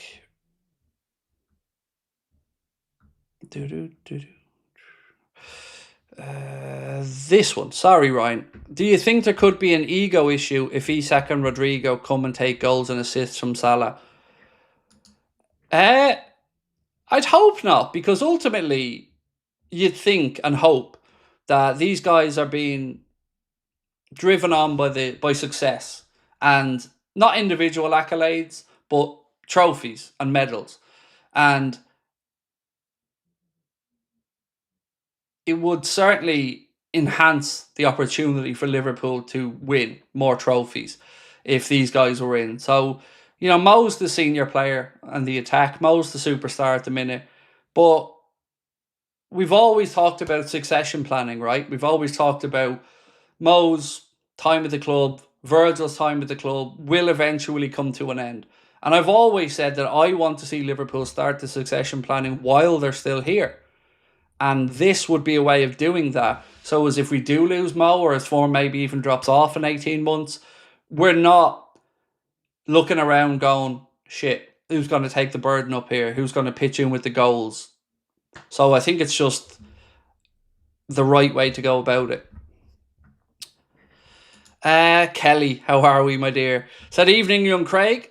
Set my notification bell to all. Can't afford to miss a single Anfield Agenda. You light up my life. Thank you, Kelly. You've always been so kind with your comments. Appreciate you. I really do. Right. I want to just let you guys know about this one as well. Our last ever live show. We're in Liverpool at the Hot Water Comedy Club, Sunday, 19th of October, for the very last time on stage. If you want to come and see us, tickets are on sale. They've started really, really well. They're priced at just £15, and it's an all ages event. We're going to have a musical act. We're going to have the guys you've seen on the podcast episode with me as well that night, and we're going to make it one to remember. So if you want to come along, You can get your tickets there. The link's also in the description. And yeah, we appreciate those of you who've bought tickets so far. And this is the last one I'm ever doing because, well, they scare the crap out of me, in all honesty.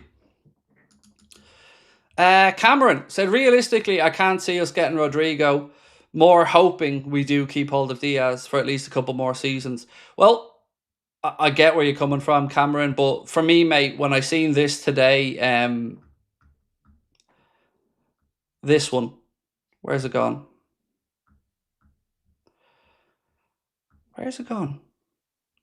There was something early in the day. Sorry, mate, I'm confusing myself here. Where's that one gone? There was one that came in from Ornstein that said Diaz wants to leave. Yeah, this one. David Ornstein, Luis Diaz has made it clear he wants to leave Liverpool. So for me, straight away, mate, bye-bye. You know, don't want anyone who doesn't want to be here. So if Diaz doesn't want to be here for whatever reason, best to move him on and bring in somebody who does want to be here. Because I think if we asked and polled Liverpool fans and say, do you think Luis Diaz has taken up the mantle left by Sadio Mane? I would dare to say a lot would say no, he hasn't quite delivered to those levels. I enjoy watching Lucho at Liverpool, but I also get fed up of hearing about Barcelona and, you know, now Bayern Munich. You're at a great football club. You played a lot last season. You come off the back of probably your best season for us. So it feels to me like this is about money.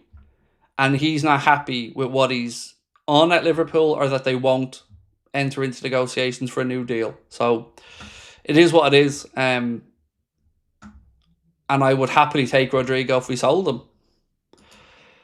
Matthew said, I'm an Arsenal fan. I'd want Chelsea to spend the Madueke money on Rodrigo. That way, Arsenal could buy him from Chelsea for 80 million after 5 years.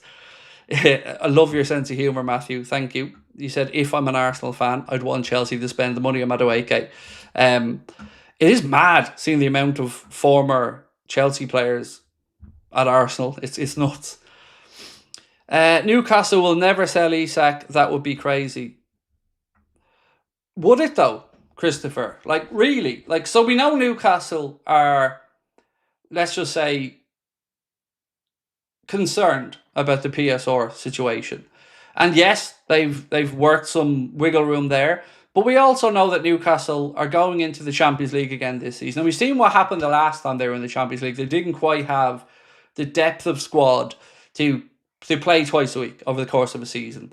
So you're at that point where you think to yourself, if you're Newcastle, do we do what Liverpool did with Coutinho? Do we offload the main guy for a shed load of money that would help us buy a centre-back, Ekitike as a striker, and will maybe help with some of the money for Alanga or give us more wiggle room? So I don't think never is true. They wouldn't want to do it, but sometimes necessity forces these things, and that could be, it could be a huge step forward for Newcastle to sell Isak and get all that money in and help them really kick on and make sure that they're Champions League next season, the season after. But I get it. No one in Newcastle will want to do it, but sometimes these things are forced. So far, has Liverpool only just spent the revenue from last season? They still have previous windows and sale money. Also, how much is the Adidas deal? Lots of questions. Don't know the exact numbers on the Adidas deal because it's probably some hybrid deal again where there's a percentage of shirt sales. 65 million was a number that was thrown around, but truth is I don't know. Have they only spent the revenue from last season?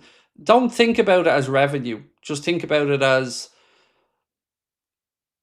the ability to do it without putting ourselves into any PSR headaches. And Liverpool, as we mentioned earlier on, Dave Powell, I'll read it out to you again because I'm aware a lot of people will be coming in late.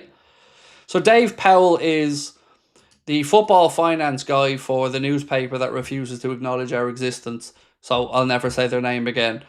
He said, based on Liverpool's net plus PSR position and assuming profit for 24-25 expected, then using the example of a £20 million profit plus allowable deductions and a £105 million PSR limit, which is, remember, the amount you're allowed to lose over a 3-year cycle, Liverpool could still lose more than £200 million in 25-26 and be PSR compliant after Isak, Wirtz, Kirkes, Frimpong and Mamardashvili. So the wiggle room is there for us to do it. So let's wait and see what happens. And that was after Isak. Remember that. He said Liverpool could still lose more than 200 million in 25-26 and be PSR compliant after Isak, Wirtz, Kirkes, Frimpong and Mamardashvili. That's some big statement. Right, what else we got? Let's talk about Mark Gay. So Ben Jacobs said Liverpool will not proceed for Mark Gay if Crystal Palace asking price of £45 million plus is not reduced.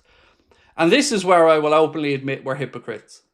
Because we won't pay that for a player with 1 year to go that Palace want to sell, but we'll absolutely demand that should we look to sell Ibrahima Konate in the same situation.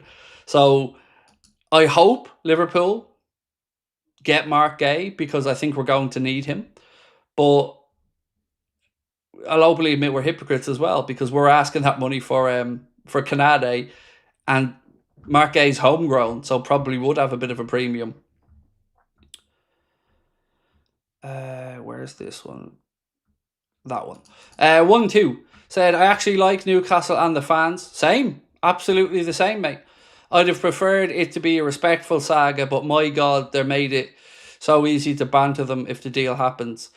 I just can't stand anybody who comes straight in to be abusive and starts calling us tick and Liverpool fans dumb. Can you not read? Can you not? All this stupid shit. So yeah, sometimes I'd rather it was a more respectful situation as well, but I want the best for my club and I'm not going to apologise for it, and I don't think you are either, my friend. So let's just see what happens and trust the process. Hi Craig, I think Mike Edwards is putting together the team he wanted to but was not allowed to by Klopp. Also love the Anfield Agenda, fam. Yeah, it's certainly an interesting topic to look back and think why we're suddenly spending money. Was it Jurgen?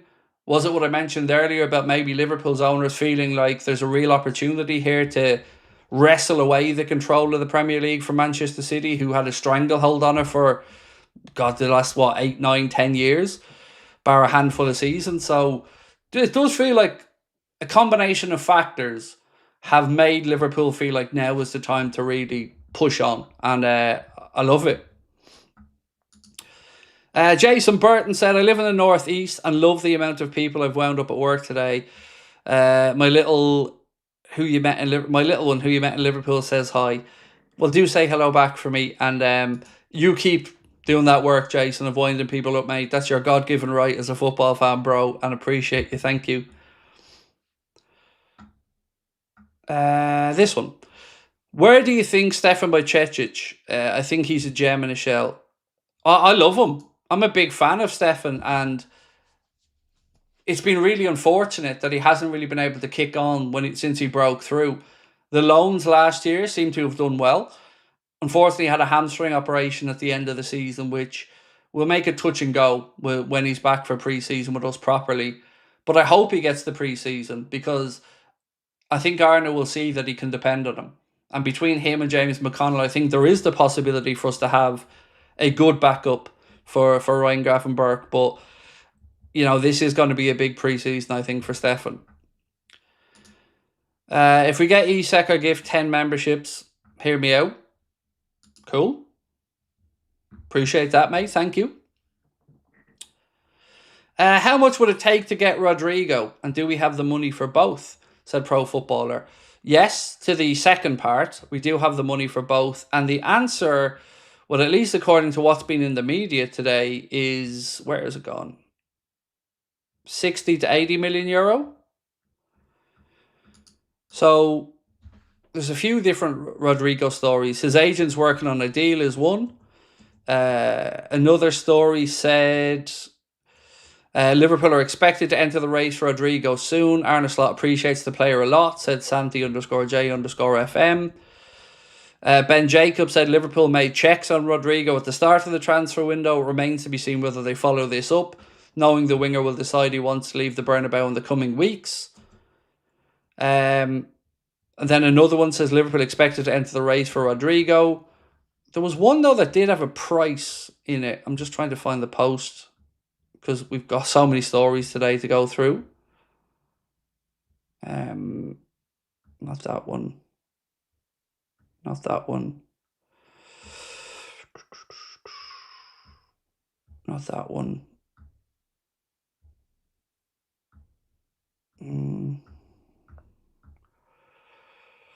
Not that one, not that one, not that one, not that one.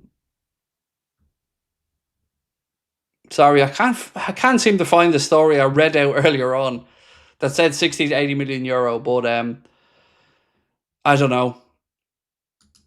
So Craig Hope, who covers Newcastle for the Mail, said Newcastle will know more in the next 24 hours on the likelihood of signing Hugo Ekitike from Frankfurt. As it stands, confidence is fading on a deal being done.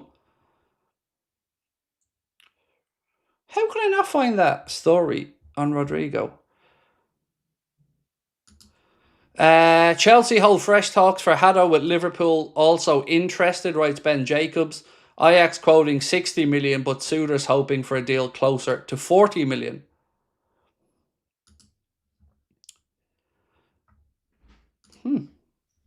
Sorry, let me get back to the chat. Luke said, hey Craig, missed out my last message. Also, what about Ayub Bouadi from Lille? Very young, but an absolute monster CDM.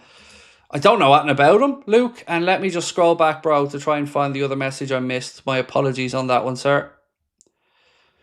Keep going. Where are you? Where are you? This one. Said, feel like a TK could be another Darwin. Offer Newcastle money they can't refuse for Isak or look at a different number 9. So there's lots of people, mate, who have concerns around Ekitike and whether he becomes the bona fide superstar striker. And I don't know. I've always been honest and said I haven't seen anywhere near enough of him. But it does seem that Liverpool are very serious about him being the alternative option to Isak. So it looks like it's going to come down to whether Newcastle are willing to part with Isak for 120, 130 or whatever. And if they aren't, then Liverpool probably push ahead with Ekitike. Benjamin said, heard a piece of meh info which changed Liverpool's approach to Rodrigo and Isak. Liverpool were due to get 80 million for Jota from insurance. I don't know. Look, I believe, well, that football clubs would have their players insured. But I can also understand if that has maybe recalibrated Liverpool's search a little bit. Yeah, look, it's sad. Whenever we talk about Diogo in any form, it feels almost disrespectful, of course. But at the same time, there are facts that need to be discussed on it. So, look, all I can say is I'd be delighted if we ended up with Isak and Rodrigo and lost Diaz and Darwin. I'd be more than happy with that. And then let Jayden Danns progress and become that second striker, whether it's this season or next season.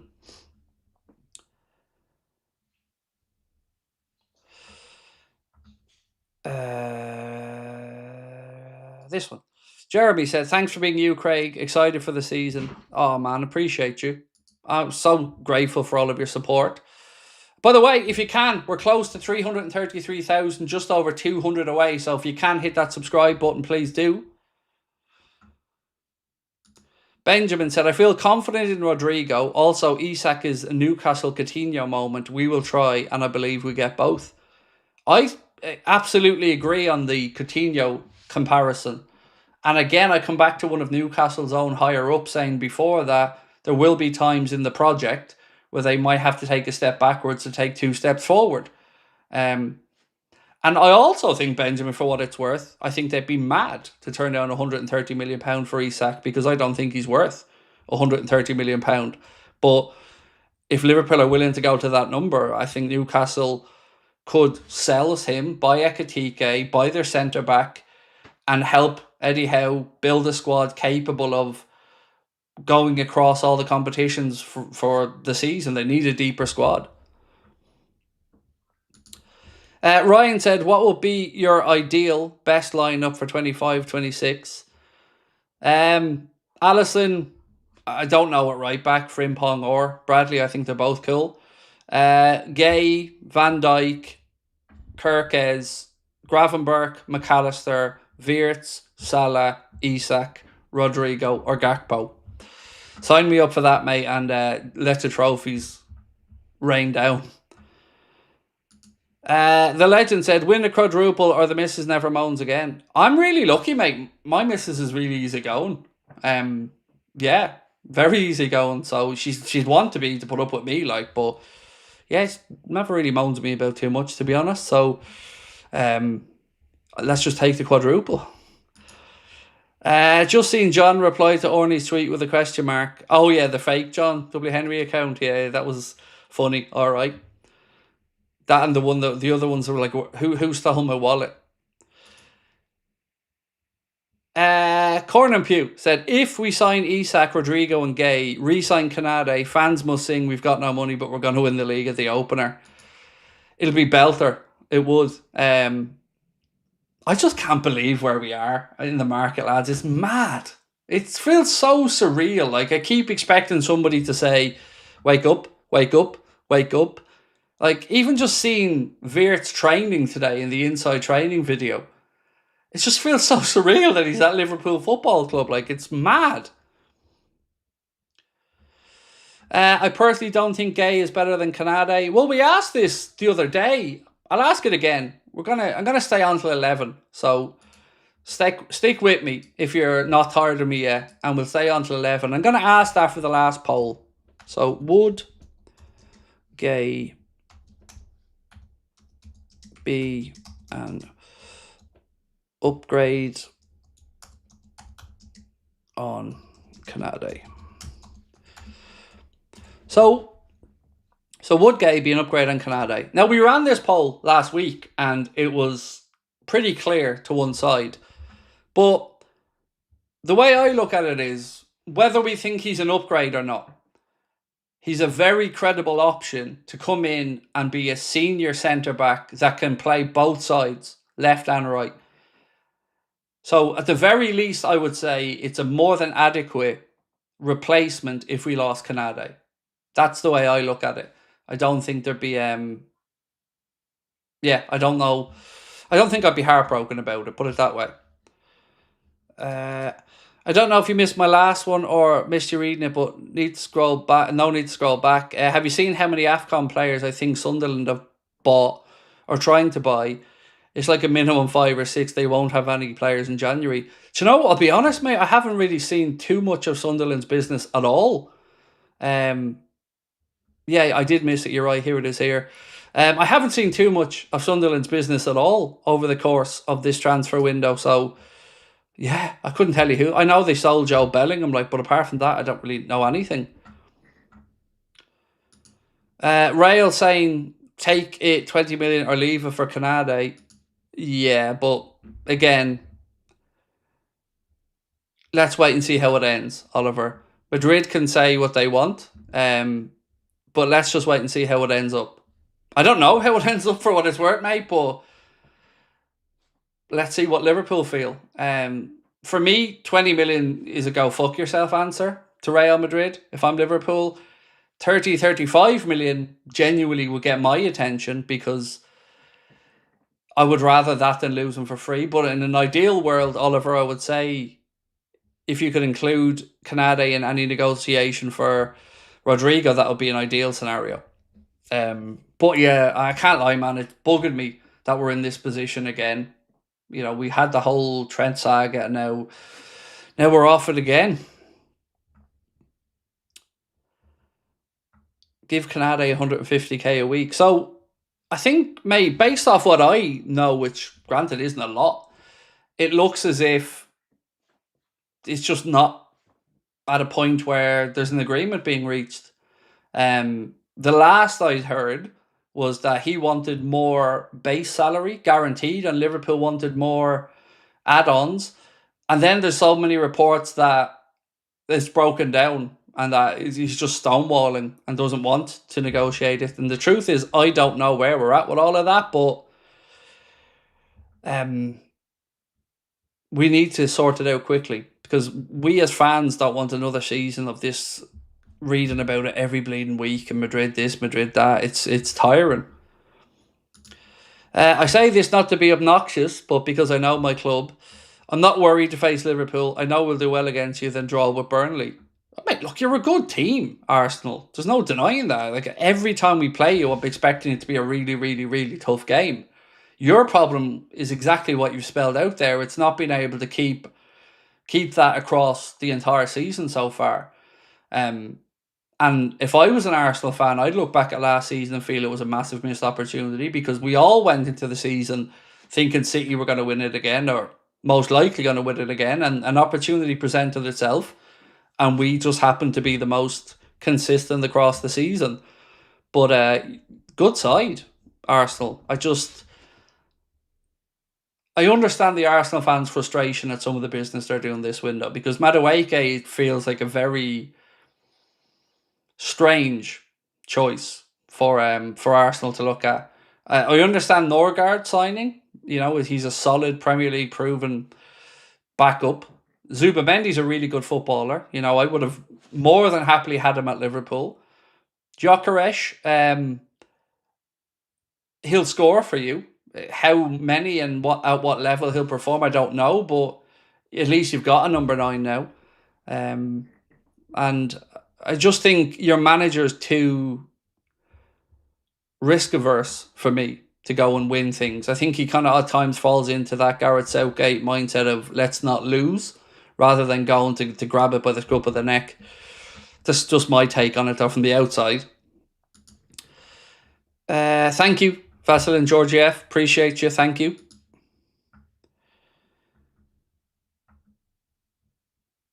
Why do people slate players for leaving for free? They signed the deal, stay 5 years. I'm not slating them for leaving for free, Liam. I say this all the time, mate. Players are entitled to do what they want to do.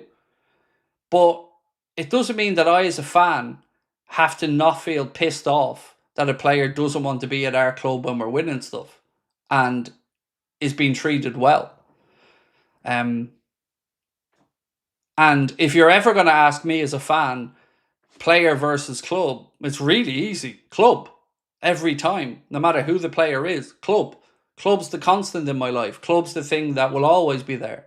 So if a player wants to manipulate a situation to their advantage to go and join another team, that's their prerogative. But it's also my prerogative to sit here and tell them I think they're a shithouse for it. So that's why you see players get slated, because we're not rational as football fans. We look at it and want the best for us and our clubs. And we can comprehend why a player, in this case, let's say Canade, doesn't look at Liverpool and see that every ambition he has can be met. But at the same time, I don't know what motivates each individual player and what their own career pathway was. So if Ibrahima Canade, growing up in Paris, started to break through and said, I want to go and play in the French League, I want to go and have a spell in the Premier League, and then I want to go and have a spell in Spain or Italy. Cool. Fair enough. But I still want my club to get the best business for our club that I can. And you never want these things to get nasty.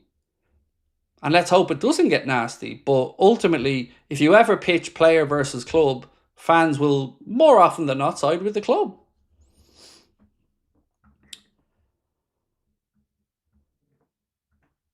And the Trent situation, look, he was a weasel. He was. And this bullshit about being respectful was just that. So that's where I am on that one. Craig, how are you? Apparently we're leading the race, Rodrigo. Just posted on X. Cool. Right, where's this one? So yeah, breaking, Rodrigo's a clear target of Liverpool. Real Madrid value him somewhere between 60 and 80 million euro. That'd be a fair price, in my opinion. Craig, 603 subscribers till 1/3 of a million. Yeah, it sounds so cool when you say it like that. I want the screen. Excuse me, I have hiccups. I want the screenshot of 333. But yeah, I'm so proud of the direction we're going in. And look, if people haven't subscribed, please do. And don't forget to check out our Clips channel, as well as the Anfield Agenda WhatsApp. If you want to join our WhatsApp community, just scan that QR code on the screen or use the link in the description. Right, we have a poll asking, would Mark Gay be an upgrade on Canade? So if you haven't voted on that one, please do. We're going to run it right up till 11 o'clock and then we're going to finish the stream. But that is the poll that's currently up and we'd love your thoughts on it.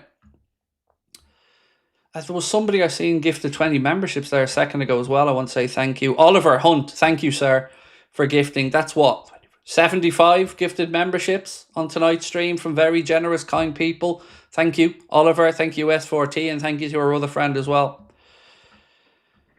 Will there be a recap video? No, not tonight, mate, because the podcast went out at 10 o'clock. Although, let me ask. Can we still do a recap video, Connor? Because I feel like I could recap so many stories that have come out. And I know the pod's gone out, but I feel like it would still work. Leave it with me, mate. I don't want to hear someone in the club. I don't want somebody in the club who doesn't want to be here. Thanks, Craig, for all the updates and support. Oh, mate, it's a pleasure. Thank you. I don't want anybody at the club who doesn't want to be here, but I also don't want it to be toxic for anyone. You know, I don't want it to be toxic for Ibu. I don't want it to be toxic for Diaz. Isak situation at Newcastle, I wouldn't want it to get toxic for him because I've no doubt these guys all have a lot of respect for the fans. You know, you want to be made of stone to not feel loved by Liverpool fans and Newcastle fans, you know. They're two great fan bases, and I'm sure Isak is idolised at St. James's Park. So yeah, nobody wants them to get toxic. So yeah, we're going to do a quick recap. Terry says, what happens with gifted memberships? They get randomly put out, mate. Randomly. Just YouTube picks who gets them. Acentino has just gifted 10 as well. Absolute legend, bro. Thank you. Thank you.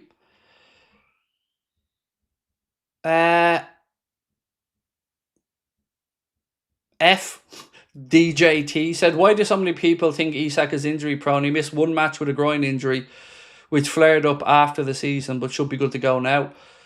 Somebody put in the numbers of games that he missed the other day in one of our streams, and it certainly challenged the perception of him being injury prone.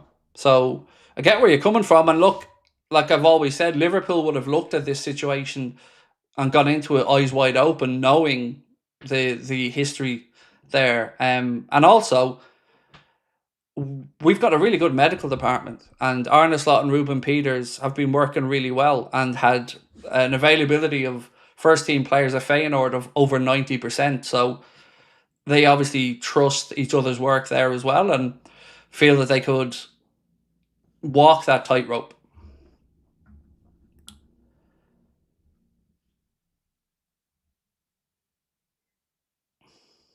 Hey Craig, just tune in. I don't know if I go off topic, but would it be weird if Isak left since he's a national team friend of Elanga, just joined the Magpies from Forest? Look, I look at it a different way. So Isak right now is 25 years of age. His stock in football has never been higher. And yes, Anthony Elanga, an international colleague of his, has just come into Newcastle, but he has one career and it's short. And he has ambitions, as all top footballers do, of winning the big prizes.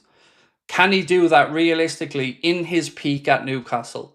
Respectfully, I would say no. The Newcastle project will take 3-4 years to get to a point where maybe they have everything in place to start to challenge for the Premier League and the Champions League. Yes, they can win a trophy like the League Cup and deservedly won the League Cup. But that's not what these guys are driven by. At the very, very top of the game, they want to look back on their careers and talk about Champions League medals, Premier League medals. And if Isak feels he can't maybe achieve that just yet at Newcastle, sometimes tough decisions have to be made, and you want to do the best for your own career.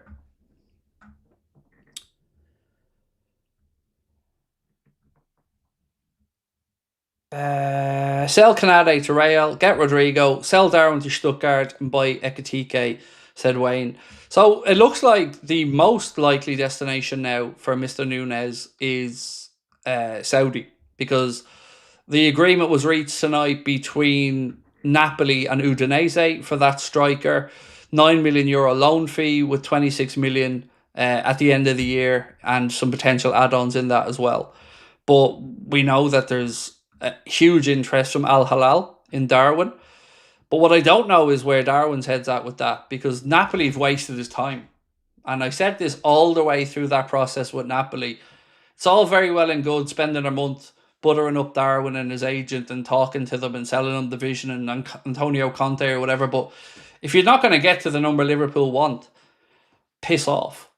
And it's a bit embarrassing that they're looking at a situation where they've got all that Kavicha Kvaratskhelia money brought in, potentially €75 million for Victor Osimhen, and they're loaning this guy for a year from Udinese for 9 million and then spending 26 or something on top of that. I don't know what way their president runs Napoli, but it certainly feels like penny pinching to the extreme.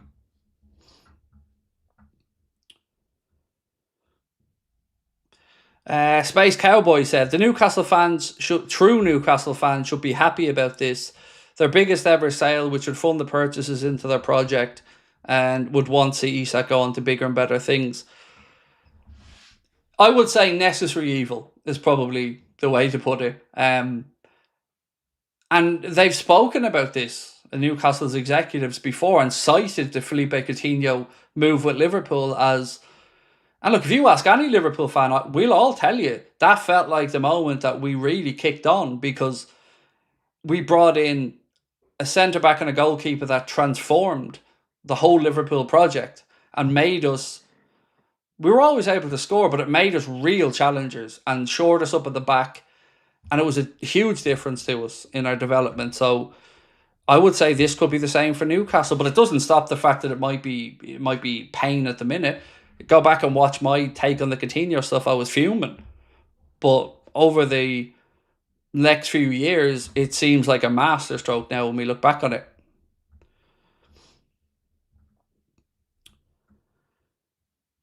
Shame with Nunez. You want him so bad to do so well, but finishes on number 9. Oh, look, we all want him to do well when he came in. He's an easy guy to like, Darwin.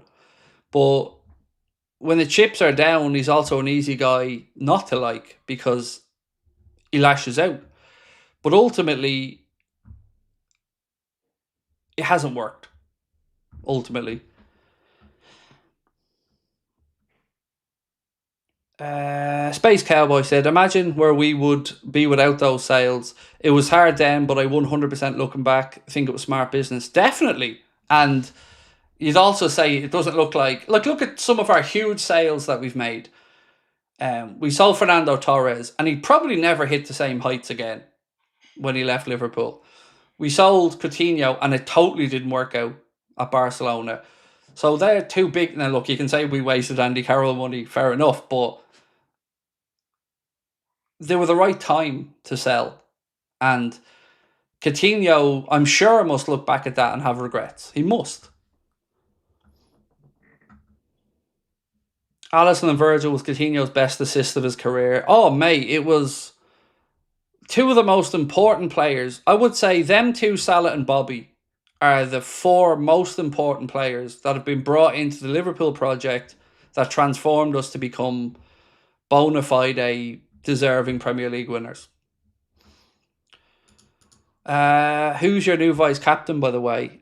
Not sure yet if it's been announced. You would imagine Robbo, Salah, Maka, Alisson, will all be the contenders in there. But I don't know. I haven't got a clue. You should get the Coppish boys on, Craig. They're good fun. I've done stuff with them over the years, mate. Yeah, I've done stuff. Nothing but time for Callum and Drifty and the lads. I've always said it. My door is always open. All you need to do is have a little knock on it. But I haven't interacted with them in a while. But yeah, I've always had time for the Coppish lads. Good people.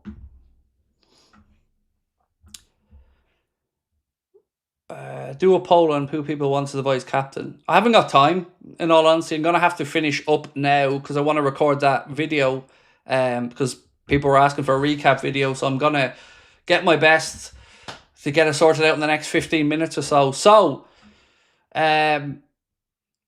would Gay be an upgrade on Canade was the question, and 68%, so the same answer as the last time we asked, 68% said yes, he would be an upgrade on Canade. So there we go.